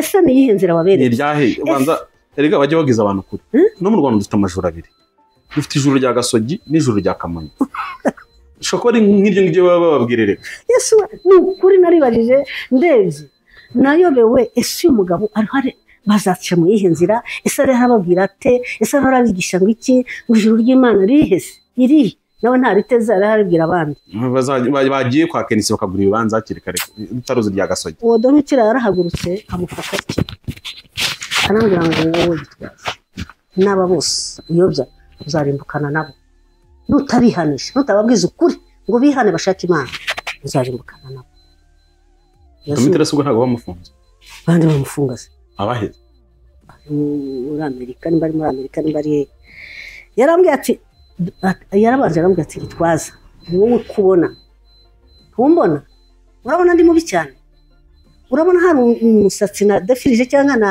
sukishije urabona hari ikintu nambaye ubu urabona ntaberewe aba bantu bose ushuka n'abafite abagabo babiri n'abafite abagore babiri ukabashuka ngo bazajya mu ijuru wowe nabo uzarimbukana nabo nutihana nabo ngo bihanishe uzarimbukana nabo nta nzira n'imwe uri kubereka kandi kuko ni ukuri urebye nawe uzambona umukobwa akagarama gutya umuhungu akamucezereza hejuru amwicaye hejuru mu rusengero ni ukuri nararize nkingiranira nta handi ho ndira ibaze abari hariya hejuru niko bari gukora, abari hariya hagati niko bari gukora, abari aho hasi bafashijwe bari mu mwisi. Nigeze najya mu rusengero si umupasiteri barabwiriza nagiyemo reka nkavuge. Kera hari yerekwa nigeze nagira Imana yamenya ngo hari amakariso zino Sovetom ziri gukora kuzimu zigiye kuza mu isi kandi nawacu mu Rwanda agiye kuzambara. Zo kariso yari kariso uko nazibonye mwerekwa nizi twita string uyu munsi. Kariso ifite agashumi inyuma gaca mu mwatata. Nta kindi kinifashe. Indi kariso yari ifite ipamba imbere hano hajya imbere ku gitsina. Haciye igihe Imana iramira ngo nagira ngo noneho nkwereke za kariso. Icyo gihe nari mpagaze ahantu ku iseta y'abamotari ko najyaga njya kuroba abamotari kwa ngo nshake nanjye amafaranga nta kindi nkiragani yagara y'icyayi n'igikoma mwere ku biyo iwacu baga bayifite. Iramira ngo ujya muri rusengero njye kukwereka ya makariso. Naragiye nsanga umudamu uri buze kubwiriza. Imana iramira nkitegereza yambaye ya kariso. Yahagaze imbere yambaye ipantaro imeze nkakora imufashe ku buryo imbere agaragaza wese ko igitsina cye cyose cyiza rwose ubona ahubwo kagira ngo wenda afite nka bitane Imana muremanye si kimwe cy'abandi bantu. Noneho Imana iramira ngo ni ya kariso yambaye. Kumbe iyo kariso nikoze ko ifite imeze nk'ifite imbere habyimbye, noneho wambaye kora hahita habyimba cyane. Iryo tero ryari mu rubyiruko cyane. Barafashijwe, bari bafashijwe, bari muri haleluya. Kugeza ubwo umupasiteri ntabwo ngiye kumuvuga kwanga atazamfungisha, nawe ndamuzi, yabigerageje kenshi ku bantu benshi. Twarangije amateraniro tufati ubwo umuntu wese muri kwifuza amahoro ya Kristo nahe aba protocole babaho tubizo. None kurusengero kuno protocole bakora abakobwa babahagaze hano n'abahungu bagaze hano. Noneho abakobwa basomaga igitsina gabo kirusohoke, noneho abahungu bagasoma igitsina gore kirusohoke. Kandi nagiyemo kumunwa akabizo keza gutajya. Hanyuma ngeze ku muryango nsanga nibyo bihari. Namwe muri amatorero abakirivuka ariko si itorero rito cyane, kuko itorero rinini. Mbona nyine amabizo ku muryango aravuza ubuhuha. Ndibaza ndasohoka byanze byemeye bizo nanjye ndayifata. Nkora iki? Ndicara se mu rusengero kiraba ikibazo. Mpita mfata akazi ko ndakora njya kuzinga ibyo. Kugira ngo urusaku rwa bizo ruze gucika ndangije kuzinga ibyuma nanjye ntaye. Ntabwo abantu babyumva. Iyi myenda iyo tubwira abantu ngo ikuzimu harahari. Nigeze nakora ikiganiro mu minsi ishize mu ntambara yo mu mwuka abantu bareba barakibona. Ikuzimu Bibiliya ivuze ikuzimu bivuze ahantu hatatu hatandukanye. Iyo uvuze ikuzimu bivuze ikuzimu nk'ubuturo bwa roho mbi. Ibivuze ikuzimu nk'ubuhaniro mu gihano cy'iteka. Bibiliya ishobora no kuhavuga kandi ivuze mu gituro aho abantu tubashyingura. Iyo uvuze ikuzimu rero amagambo atatu ishobora kuba yavuze, ariko hari ukundi kuzimu Bibiliya ivuga noneho nk'ubuturo bwa Satani. Uko kuzimu rero ntabwo ari ugucukura munsi y'isi ngo ujyeyo. Ni ukuzimu kumeze nk'isi iri muri iyi ngiyi dukoreramo, ariko tutarebesha amaso y'umubiri. Ariko amaso yacu y'umwuka afungutse arayibona. Habamo inganda, habamo ubuzima busanzwe nk'ubwa hano. Rwose ni isi isanzwe, rwose ku buryo ushobora gusanga u Rwanda urufunukuye wasanga mo imbere ruri mu rundi Rwanda. Ari nacyo gituma mwitonda, kuko buri gihugu cyose ku isi kigira umudayimoni mukuru ugihagarariye, kikagira n'umumarayika mukuru mu maso y'Imana. Uko kuzimu rero kumeze gutyo nk'ubuturo, habamo inganda zikora imyenda, zikora amafaranga, zikora amatelefone, nkamwe wabonye ukagira ngo noneho biza hano mu isi. Icyo abera dukora kuko twezwa n'Imana ku kantu n'akandi, twanduzwa na byinshi bidasanzwe. Bikangwe nk'ikintu ejo Imana namwe ngo telefone yanjye iranyanduza. Kandi ibimbwiye twaturi mu masengesho iminsi 2. Mu bintu Imana yambwiye bikantangaza, namwe ngo telefone yanjye iranyanduza. Pamphile telefone yanjye sindabamo pornography. Telefone yanjye usibye na telefone Imana yambwiye ngo inyanduza ni ngendana. Iyi telefone ibamo iki? Nashatse kiba muri telefone kinyanduza. Ariko Imana iramira ngo telefone yawe irakwanduza cyane. Rero mw'abantu mwe nimumenye ngo ibi bintu bitwanduza ku rwego ruhambaye. Tumenye ngo ntabwo byakorewe abera, byakorewe abana bo muri uru rugo. Hanyuma natwe abera kubyifashisha, dukwiye kubyifashisha ariko twambaye nka ga. Abaganga uzare nta muganga kuvura atambaye ga, kuko nubwo umubwira ngo urwaye malaria ntazi niba utarwaye indwara yandurira mu rugo. Bera mwakwambaye ga, mwakambaye udupfukamunwa k'umwuka muhumeka wahumanye, kandi agapfukamunwa erega ni ijambo ry'Imana, niryo riri butume umwuka winjira. Ukwiye kuba ubaze, wipimenye ibyo uvuga, bikwiye kuba bipimye n'ibindi bintu biri aho hantu. Aya matelefone yacu aratwanduza mu buryo bwinshi. Nyuma nibwo nagiye nshyira ubwenge ku gihe nsanga ko telefone ziratwanduza. Umuntu arapostinga gutya kubera kwandikirwa n'abantu benshi. Njya kubona nk'umuntu anyohereza video nkareba nk'induru y'abahanuzi bari kurwana, bifite ukuntu binyanduje nubwo abantu zifata nk'ibintu byoroshye. Ngize gutya ngiye kuri Facebook mbonye ibintu runaka kandi sinifite intention yo kubireba, numva bya bintu dukwiriye kwigengesera. Ahubwo kanasanga n'abantu bariho bigisha babeshya. Ibyo biranyanduza ku rundi rwego. Uzi kumva umuntu abwira abantu ngo muzane ubukene bwanyu mujugunye muri kino giseke Imana ibaha amafaranga, wabuze visa sana ituro uhita wambuka muri Amerika ugenda. Umuntu akabwira umuntu ngo akira.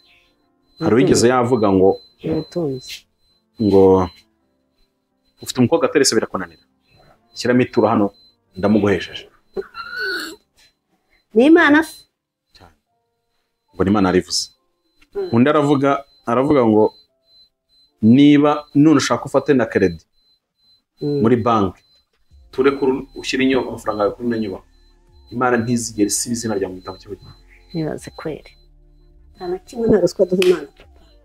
Umuntu uzakubwira ko azaba abireba, kandi ubwo amafaranga bari menshi agiye kuza.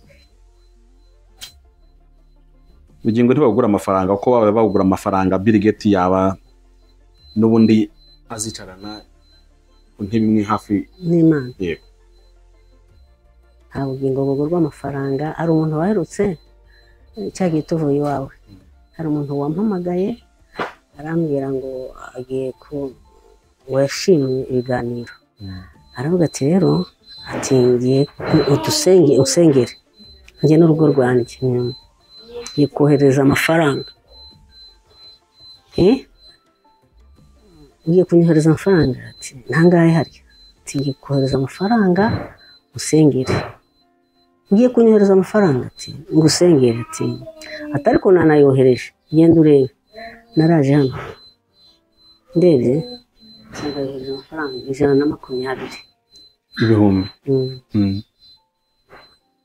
Sinzi nimba ariko abandi bamera simbizi. Umuriro waratse umutima wanjye numva mbuzi yo nerekera. Nahise ngenda njya ku mwana wa hariya hakurya ukorera hariya mu Murindi, nabwo ntibabarira amafaranga yasubiza aho yavuye. Hambwira ati mukecuru amafaranga nisubiza aho yavuye ni mu buhe buryo? Mu buryo numva ko ariko bimeze. Sinasubiye kuvugisha uwo muntu, amafaranga arayasubiza. Nijoro ndyamye nagiye kubona mbona muri telefone yanjye, ndebyemo mbona irihiraka imyotsi itunga muri iyo telefone ukuri kuyo mu ijuru ivamo imyotsi iruzura. Ndatakamba ntakira Imana cyane. Ubwo bwakeye byarangiye. Hari umunsi twicaye n'umuhungu wanjye n'umuntu wawe, twicaye hariya hanze, umuhamagara w'i Bugande aravuga ngo anyohereje amafaranga 5,000, nimba yari amadolari, nimba yari amafaranga kisimbizi, ngo musengere. Abo bantu njya mbabwira ngo Imana yarambwiye ngo tugiye kugera mu gahugu abantu bazajya bagurisha ubuntu bw'Imana, ariko abantu nibatihana bazaburisha. Abantu bagiye kugurisha ubuntu bw'Imana, abantu bazajya bagurisha. Aziza na abwirize babuni bamwumva ngakira amafaranga udusengere, kira amafaranga ugire gutya. Ntabwo giye bari kuri Imana yampamagaye. kandi ni ukuri Imana yarambwiye ngo abantu bagiye abazabonisha n'abantu babikora.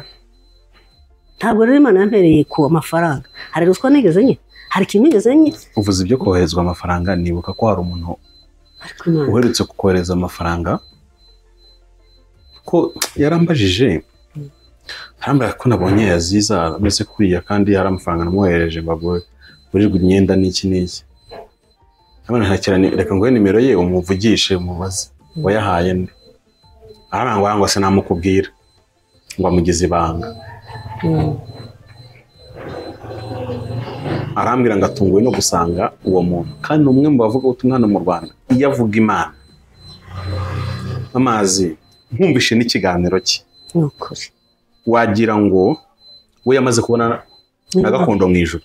Ibaze kweli. Arambwira ati nyine agarutse arira, arambwira ati uzi ikintu kimbabaje,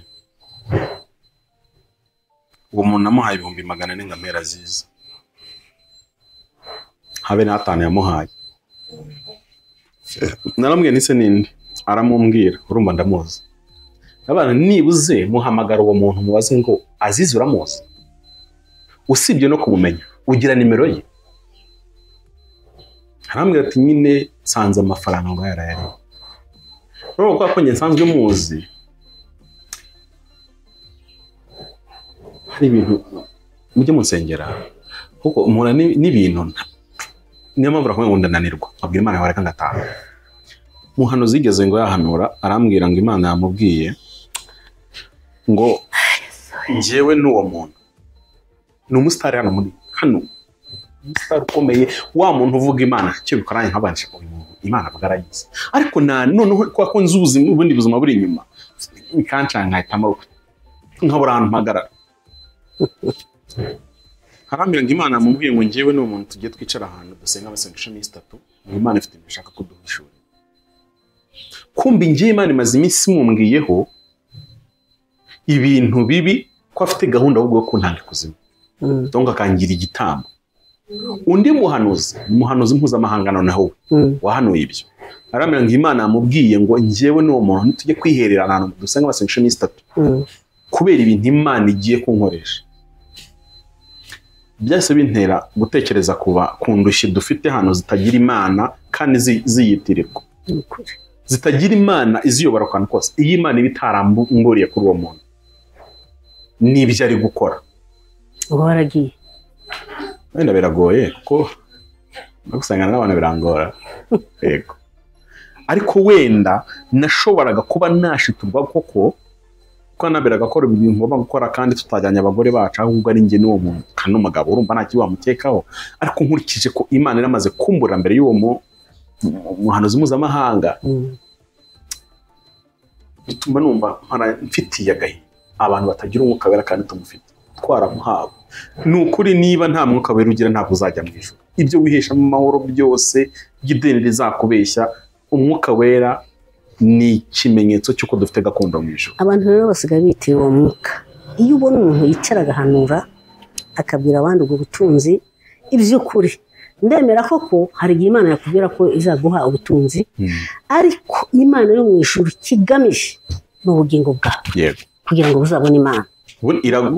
Umuntu arazi nk'uwo mugabo navuze watwigishije ejo bundi, yaravuze bitangaza avuga ibiki byose, yewe abagira gute ariko ntigeze abwira abantu ngo mwihane uzajyabona Imana, uzajya mu ijuru.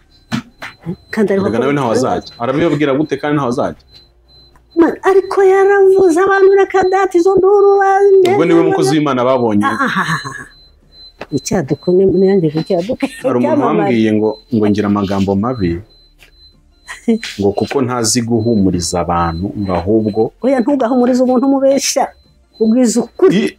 Nibyo ngiye kongeraho. Arambwira ati nibuze mujye mugerageza naho waba umubeshya ariko umubwire utugambo turyoshye. Yamara suko nahamagaho twikise ayo magambo yo kukubeshya Imana izakugirira neza, ayo magambo yo kukubeshya beshya kugira ngo iminsi yisunike. Erega ni nako Gihenomu nayo kwegera shenge, nzajya kugusobanura nti muri Gihenomu. Hari umugore yarambwiye ngo n'umuhehera mbari mu Bubiligi mbari hehe, arambwira ngo umusengera Imana. Yari ariho afite umugabo w'umuzungu ariko ngo naba dayimoni bagikuzemo, iwabo bose. Noneho arambwira ngo musengere Imana. Ngo ibyo mbona mubwira, nabwo ntabwo ndi umuhanuzi. Ko nukuri. Ntabwo ndi umuhanuzi, ndakubwira ibyo nabonye. Kandi uko mujya munyuza, nukuri ntimukumve ko ndi umuhanuzi. Jewe mvuga Imana, mbwiriza abantu, kababwira kwihana ibyaha kugira ngo bazabone Imana. Nimba ubishaka, mbwira tuganire tuvuge Imana. Uwo munsi warashize, ubundi urashira, bukeye arasara arampamagara, arambwira ati mama, ati by'ukuri numvise ko ibyo uvuga byajyana umuntu mubi. Wambwiye nanjye ndakubwira iki? Wigeze wumva mpanura? Ati nase ibyo uvuga si ubuhanuzi ntoya, warivanze. Twaraganiriye, mubwira Imana. Bari baramuciye mu muryango, baramwemeje kuzajya mu bapfumu mu muryango w'umugabo kugira ngo babashe, bari bakivugana n'umugabo, babyaranye kabiri abana b'abahungu, ariko bigoye. Ndabwira nti rero nutihana ibyaha, nugenda uragwamo, genda uvugisha ukuri, ubabwize ukuri, ubwize umugabo wawe ukuri, kandi wihanukiriye. Wihane, nurangiza nawe umwihanisha umubwire yihane, ntimugende. Kandi abo bazakwicaza, wicara usenga Imana, ubabwire ko udasangiye nabo, ubabwire ko utari umwe muri bo, ubabwize ukuri icyo ugamije n'uwuriwe.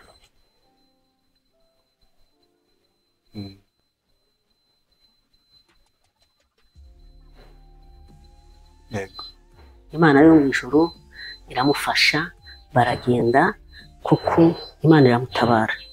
Arambwira ati yari yaragize isoni, yari yaragize ubwoba kuvuga ko imbere y'umugabo ngo avuge Imana, yumvaga ko byamugora, ariko Yesu baramukijije, uyu munsi arashima Imana. Rero iby'ukuri hari abantu tuvugisha abantu bajya bavuga ibinyoma kugira ngo babone ejo uko bazaramuka, babone uko ejo bazabaho, ariko mbabwiza ukuri, utazahagara mu kuri kwa Kristo ntazabona Imana. Ejo bundi Imana yarambwiye ngo Yesu ni inzira n'ukuri n'ubugingo. Abantu benshi twakunda kwigisha n'abakuru bakavuga ngo Imana irimo ubutatu butagatifu. Ni ubuhe? Uwaba kubaza wamenya ubutatu butagatifu bw'Imana. Ubutatu butagatifu bw'Imana buri muri Yesu. Ni ukuvuga ngo Yesu ni inzira n'ukuri n'ubugingo. Utazinjira muri Yesu ntazabona ubugingo. Ariko muri iyi minsi Yesu arambwira ngo abantu bariho barajarajara muri iyo nzira. Muri Yesu abantu barajarajaye, ni abahanuzi, ni abavuga Imana, ni ababwirizabutumwa, ni abasenga, ni abadiyakoni, ni abajyanama, ni abantu bakora imirimo yewe bitanga bagakora ibikomeye, ariko bariho barajarajara mu nzira kuko batinjira ngo bagere mu kuri. Kandi utazagera mu kuri ntazinjira mu bugingo. Isi yose nibiri kunyumva yumve ko utazanjira mu kuri muri Yesu ntabwo azagera mu bugingo. Abantu benshi, amadini, amatorero bariho barajarajara, abayobozi barunaka, abakristo barunaka bariho barajarajara muri iyo nzira. Turi muri Yesu, ariko kugira ngo begere imbere bagere mu kuri byarabananiye. Ni bake bagera mu kuri kugira ngo bazinjire mu bugingo. Ukuri rero ni ukuhe? Ni ukwihana cyane isa nacyo.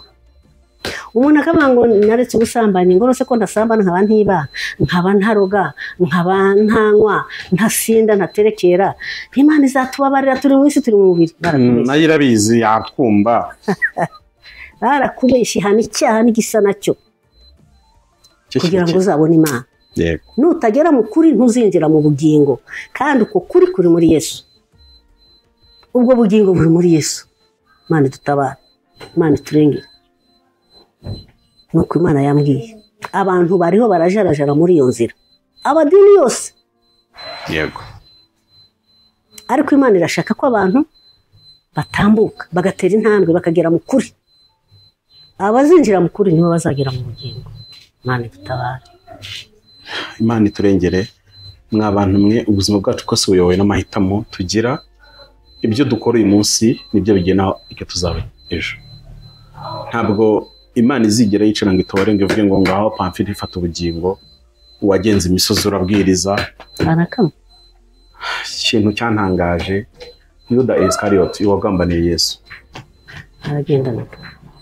Byari birenze kugendana mu mazi. Uzi ko Yuda Iskariyoti ari mu bantu ba mbere. Iyo usomye Matayo igice cya 10, Yesu agihamagara abigishwa, ahita abaha ububasha bwo kwirukana abadayimoni, gukiza indwara n'ubumuga bwose. Yuda izo mpano zose yarazifite. umuntu wabonye Yuda akoresha igiterane, kuko hari ibiterane Yesu yakoraga ari kumwe n'abigishwa naho yabatumaga bakagenda. Bibiliya rero ntabwo irikodinga ibyo bo bakoraga, ntabwo ibitubwira, ariko itwereka ko igihe inshuro nyinshi Yesu arabatumaga bakagenda, bakaza bavuga ati twakoze ibitangaza. Umuntu wabonye Yuda ahagaze ku ruhimbi ari kubwiriza, akabona Yuda arambuye ibiganza ku barwayi barakiza, yirukanye ubumuga bwose, yirukanye abadayimoni, yaravuze ati uyu muntu akwiriye ijuru. Ariko Yuda ararimbuka azize akantu ko gukerensa. Nasomye muri Matayo mu gice cyaho kigaragaza uko Yuda agambanira Yesu, byarantangaje. Uzi ko Yuda atagambaniye Yesu kubera ubugome, yarazi ko ari imikino, yarazi ko azihambura. ngo nyine ngo mu bintu byamuteye agahinda akamutera kwiyahura, ngo yabwiye abatangije ijambo rikomeye aravuga ngo nagurishije amaraso bitariho urubanza. Bimutera agahinda ariyahura, kuko we buriya akora Yesu yavuga Yesu ari umuntu w'umuhatari aho ngaho batari bumubashe. None se yumvaga Yesu ntawamutera ingumi ngo amushobore, yumvaga Yesu yatamufata, ariko abonye bamufashe ibintu yakinishaga. Nahoze mbara amafaranga bamuhaye nsanga ni nk'umushahara w'amezi 3 asanzwe. Si nose se bamuhaye ibiceri 30. Ibiceri 30 igiceri kimwe burya mu gihe cy'iwabo wari umubyizi w'umunsi umwe. Bamuhaye amafaranga make, mararezuma nawe ntiyanayariye, ariko byari ibintu bya blague gusa. Avuga ati bashaya yo ndayariye. Yesu ni umunyembaraga, nutushaka kuva mu mvugo y'umunsi ni umujama, n'umuntu uraho ntabwo mwamushobora, ntamufata gute se n'ugiye, kuko barabigerageje kenshi akabananira. Atayo ndayariye mwe muri ibi ryabareze shananye mwanda yarya ndayakinyirira hashaka ukuntu yabyoroshya n'ubundi buryo. Hari igihe dukora ibyaha kugira ngo nyine turamuke umunsi tugire gute, ariko ntabwo tuzi ingaruka bigira ku buzima bwacu. Mbibutse ko uburyo bwinshi turi kwihanamo uyu munsi ntabwo butera abantu kubabarirwa. Yego, kuko uburyo abarokore bari kwihanamo uyu munsi, reka ngwe nk'urugero mu mazi. Reba nk'umuntu wihana akihana ubujura, ko bati Imana uyu munsi ukuntu acuruje niriwe, niba abaturage nabibye kandi neje azasubira, Mana mbabarerewe uriya muntu namukese 5,000 n'uyu namunyanganyije. Ntabwo wihaniye akazi, kuko akazi niko nicyo cyaho wundi urimo, kuko uri mu kazi kw'ibyaha. Ntabwo ikibazo ariko wa muntu wibye ejo mu gitondo azaza kuti witeka we umpe guhirwa. Wabona Pamfile aje yasamye gatubiki iringana cyo ndakiriye ninjoro iri bwihane, no kuri uri buratigiye, no gutakaza umwanya, uri muratigihe. Niba reka mbivugana na soza iki, niba gucuruza byakunaniye kubera imisoro myinshi, nganumva abacuruzi barira ngo Rwanda Revenue yashyize imisoro yahanitse. Imisoro singi wishyiraho nta nubwo nayikuraho, ariko niba utabasha gucuruza muri systeme leta y'u Rwanda yashyizeho, bireke bya mu bindi, kuko ubugingo bwawe buruta kuba uri mu Rwanda, buruta ibyo uzatunga hano. Niba ushaka kwiba ukaza ukuntu umuntu asigaye acuruza, urana ino myinzani bazanye batereka amabuye, umuntu awushyiraho sumaku munsi, awutega sumaku ku buryo sumaku iri bukurure cya cyuma na ryabuye ukabona byamanutse. Woga tuvuga ati biro byuzu. Tonko abacuruzi bazi imitwe myinshi, ngo nukujya ku buryo Pamfile buri biro 10 uri mu mpyete w'ikiro cyangwa inusu, nubiketa ku bantu 100 uraba wungutse amafaranga menshi, ariko ubugingo bwagiye. Urayaturamo icya 10 pastor ayarya cyane, ariko ijoro ryo ntazo zakandagiramo, uzahora ubyumva amatangazo. Byiza niba gucuruza bidashoboka bireke. Biravuga ngo ibipimisho bitaresha ubikora ntazabona ubugingo, ntabwo azabona. Ubu ibi bintu njya nkora kubigira abayobozi, ndabizi nyankurikirwa n'abantu benshi mu Rwanda n'abayobozi, kandi hari abo nzi rwose nk'abantu binguyu arahanga arakurikira. Ariko reka mbasaba ikintu kimwe, abantu muri mu nteko ishinga amategeko, ndabwira abasenateri n'abadepite, murimo muri abakristo, ukaba warize Imana ikakubwira ati mwana wanjye Pamfile uziga wenda amategeko, uziga ibi bintu, Imana ikaba yarakwicaza mu nteko ishinga amategeko, kwari ukugira ngo mu gihe cy'imishinga y'amategeko ujye urwana n'ubwere bw'itorero, urinde umugeni wa Kristo aho hantu, kuko Imana namwe ngo abantu yarihiye mukiga izabishyuza. Ntabwo Imana atumye wiga kugira ngo utigihe cyangwa ujye kurwanya Imana. N'Imana igushyize kwa muganga hagushyize kugira ngo ukorere Imana. Igihe kimwe Imana namwe ngo hazigiye kujya hatorwa amategeko arwanya ubwere bw'Imana. Niyo mpamvu mbwiye abasenateri n'abadepite dukurikira, nimwe mutora amategeko. Niba uri muri umuvuga butumwa, iri tegeko mugiye kuritorera abanyarwanda ariko yuko kutahagarara abanyarwanda gusa uhagararemo na Kristo wakuhaye amashuri ukiga ukwiye kurwana no kuvuga ngo igitekerezo cyanjye mu bitore ko ngewe simbyemeye nibuze ujye uhagarara ibwira giti ngiye byo nishobe narabikoze narabwiye ati ngiye itegeko simbyemera ku mpamvu ni kandi nyine byo wigiye bigoragoze ku buryo itorero ukomeza kubona agahumekero tubone ko tubwiriza ariko uyu munsi aba pastor ntago nzakibabarira pastor bananiwe gusobanura leta impamvu ibyo by'abaturage bigomba gukumaho bafata ibyumba byo mu nsengero byo mu kwa kuni kwa mazi zabaga icyumba ngo nibyo biteze umutekano muke mu gihugu koko bwagabaye uburyo mwinjiza satani mwitore kuko nibyo byatureze twe niho twigiraga ijambo ry'Imana tutashobora kumva mu rusengero n'Imana tubwiraga iby'ubuzima dukwiye kubamo babivanyeho badukubita amateraniro asigara aho ngaho ari imihango y'idini byananiye abapasteri mufite amadiplome n'ubwenge n'amafaranga ngo mubwire polisi muyibwire ariko icyuma cyo kwa Pamfile nta kintu gitwaye ariko kuko cyari kibangamiye idini ari we rega bara satani we sheje w'idini ko cyari kimubangamiye cyatumaga mu mazi iza yicara akatura agasenyera satani akagenda uyu munsi muri ADPR arabizi ko simbizi we na hano n'umwe ko ariko iwacu Kigali byo birakora undondoye uti Pamfile warasambanye amazi izana kujyana RIB nuko kubaza amafoto na video wamfashe kuko nkahita nkurega icyacu cyo kunsebeyeza mu ruhame uransebeje utakaze ubuje w'icyubahiro cyanjye ngoje isoni kandi umwambeshyera nzi ko nabikoze hari video wa film ibora na filmye kandi mu mategeko hari ikintu kinangaza uzi ko hari ibimenyetso utanga bakagufunga wazanye ibimenyetso kwa ngo wayifatiye iki ikibarugamije warugamije iki kucyo ari kodinze n'umuntu muri kuvugana kucyo yamufilmye ari mu bintu bye ndabyo ubwo bwabyo mucamanza akabigufa twebwe wacu ni mwijuru no dutegeje umukiza kazaba mani babarire cyane rero nimureke tweze ko kantu kose muvana amaso kwa pasteri nimusoma ijambo ry'Imana niba utasomye Bibiliya ntukarye urarya iby'iki bundi wakoze bireke kuko ubugingo bwo bwapfuye n'ubunini bwariye n'umubiri w'imibiryo cyangwa se bose bagaburira banza usome ijambo ry'Imana ubone kurya aho durutse guteranira muno musozi wacu tugana n'abayobozi tuvuga Imana tuvuga nyine uko kuri kugendera mu kuri gukora ukuri kuvugisha ukuri aratubwira ngo umupasiteri umwe aratubwira ati twabigenza dute mvuze ntari kubundi Imana yadushizeho ku isi ibashyiraho mwebwe kugira ngo mube ambasaderi bayo umuntu ajya guhagarara igihugu cye azakivuga neza akakivuga ukuri akakereka ariko mwebwe mwagiyeho mujya kwiberaho kwishakira kubeshya kwikorera ibindi mwishakira yaravuze ngo none se twabigenza dute tuvugishije ukuri tukabwira abantu ko biri abayobozi ngo twese baduhagarika babahagarika bakabavana mu mirimo ntabwo rero babireka gukora ibyo kandi nyine hariho harindamo urumva nawe babikora babizi ntibabizi ariko Imana y'ubujuru batabara nabwo ndi papa wahagarara ukabeshya ukamufasha ibyo ari kubeshya ukamufasha izo ngeso zindi wavuze iby'ukuri imbere y'Imana ntuzavuga ngo n'ukuri yanyoheje nta na rimwe kuko nawe urasoma yego warize kandi usoma ijambo ry'Imana aho hari ukuri urahabona aho atari ukuri ukahabona none ubwo abikubwiye ngo nuko akuruta nuko akuyobora ukurikiza ibyo akora imbere y'Imana ntuzamujyana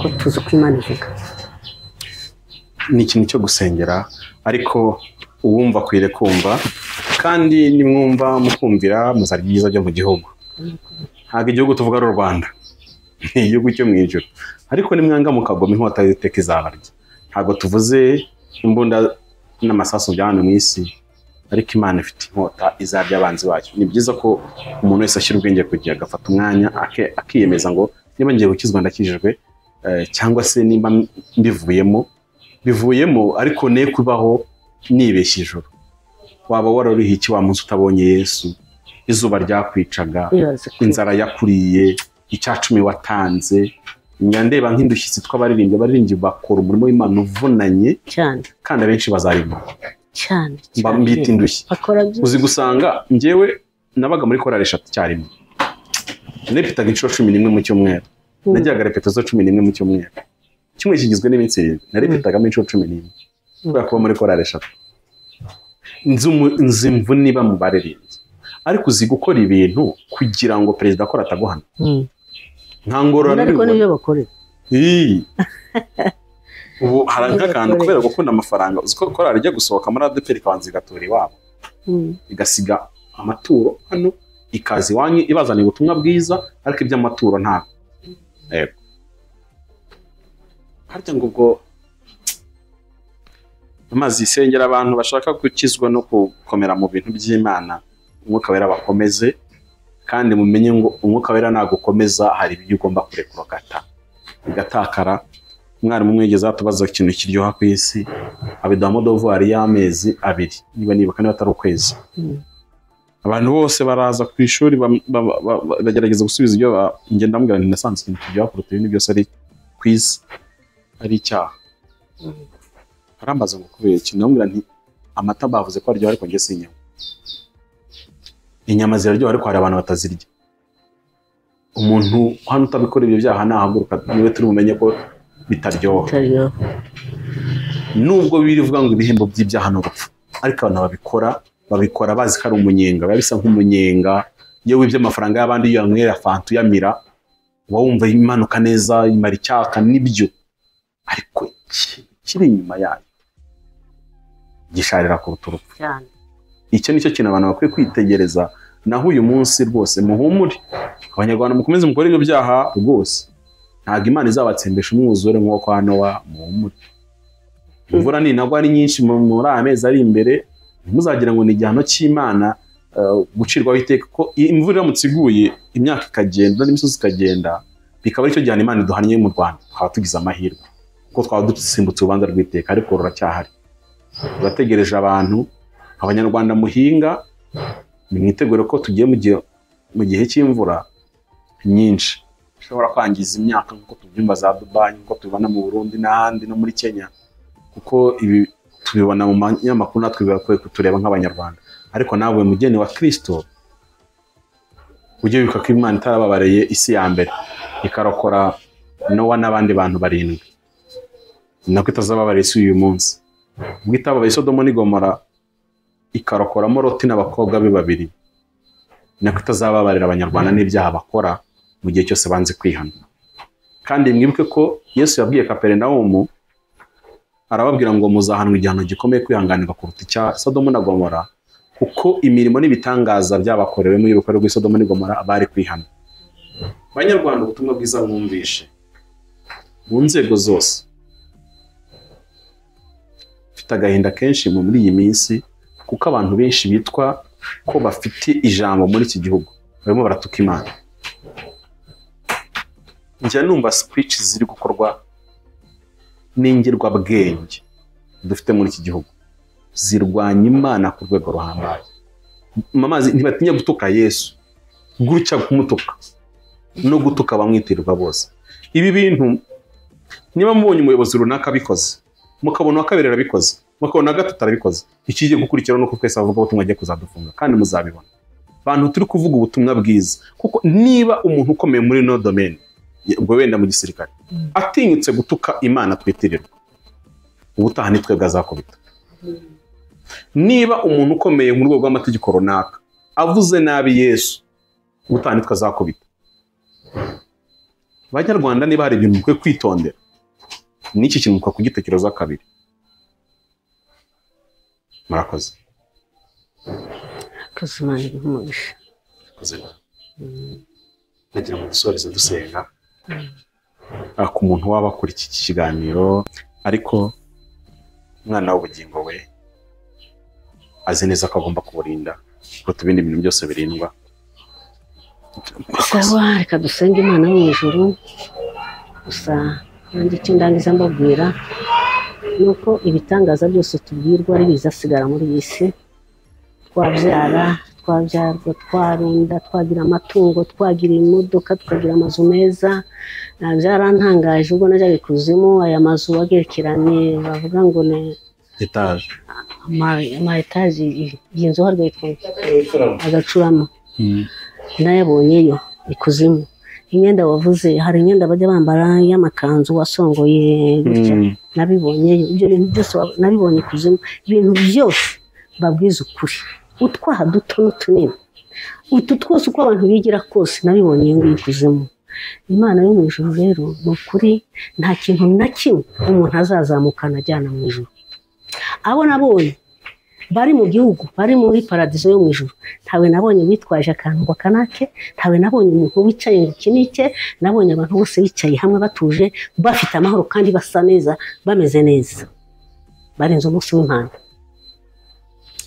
Ku isi rero abantu barishuka bakarunda byinshi ariko byari intangazo iyo batareba n'abandi ba mbere bagiye babirunda bugacya bakabisiga.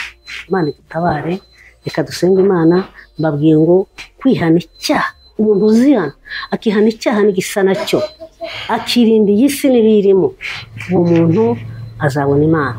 Kandi simbabwiye ngo bareke gutunga, bareke kubaho neza uko bashaka, ariko cyane bashaka Imana. Abantu bariho barateshura abandi, abantu barigisha abandi ibinyoma, bariho barigisha abandi kuyoba, bakigisha abandi ibintu, ariko fata Imana. By'ukuri sinzi ikintu abantu niko njya mbwira abantu iyo tugendana n'iyo mama, njya mbwira nti kuki abantu badaha Imana agaciro, Yesu agaciro ngo bakamuha. Umuntu wasize biriya byose mu ijuru byiza birabagirana bimeze kuriya agasiga buriya bwiza, akaza kwambara uburiri nk'ubu twambaye kugira ngo ababare y'umubabaro wacu, akemera iby'ukuri. Kuki tutamuha agaciro ahubwo tugashaka kumuvanga n'ibindi? Imana yo mu ijuru itabara abantu bari ku isi bihana ibyaha. Nta kindi kizatuma tubona ubugingo, nta kindi kizatuma twinjira mu ijuru, nta kindi kizatuma tubona Imana no kwihana icyaha n'igisa nacyo, ubundi tukazataha iwacu mu ijuru kwa Data aho tutazasura kubabara ukundi. Sawa, reka dusenge Imana yo mu ijuru. Ndagushima Mana Data, se w'umwami wacu Yesu, ndagushima kuri Imana igira neza, ndagushima mwami wanjye ko wemeye imibabaro yose kugira ngo twebwe tubabarirwe. Mana yo mu ijuru, ni ukuri ndagushima ko waduciriye inzira yo kubonana n'Imana, twarabo kurimbuka kubw'ibyaha by'abasogokuru n'abasogokuruza, ariko wemera kuza kwitanga kugira ngo tubeho. Mana ndagushima wagize neza. Icyampa buri wese ku isi akamenya ko ari we nzira n'ukuri n'ubugingo, akamenya ko ari ufite agaciro. Sinzi igituma abantu bishakira izindi nzira. Mana yo mu ijuru, ufite ububasha n'ubushobozi bwo kuvuga isi yose ikaguhindukirira ikakumenya ko ari we nzira n'ukuri n'ubugingo. Ndakwinginga rero kugira ngo twebwe twese, Mana yacu, ari nanjye n'abandi bose, Papa, uduhindure, utureme bundi bushya, uduhe kukumvira, uduhe kukubaha. Mwami Imana yacu, uduhe kwihana ibyaha n'ibisa nabyo kugira ngo tuguhindukire, duhinduke kuba ibiremwa bishya bizabona Imana. Mana yo mu ijuru, icyo nicyo twifuza. Wabonye baba papa, wabonye ukuntu basize ingo zabo, basize iwabo, ni wowe bashaka, ni wowe biringiye, ni wowe bizera, n'ubugingo bifuza. Mana yo mu ijuru, reba amatike barishe, reba uko babigenje kugira ngo bagere hano. Ayiwe baza gusura ubusa umukungugu ugatumuka azize akantu kadashobotse kadakwiriye. Mana yo mu ijuru, ndakwinginga kugira ngo Mana iki gihe cyabo ntikigapfa ubusa. Uyu mwanya tumaranye hano ntugapfa ubusa, ari twebwe twese n'abandi bose bicaye hano.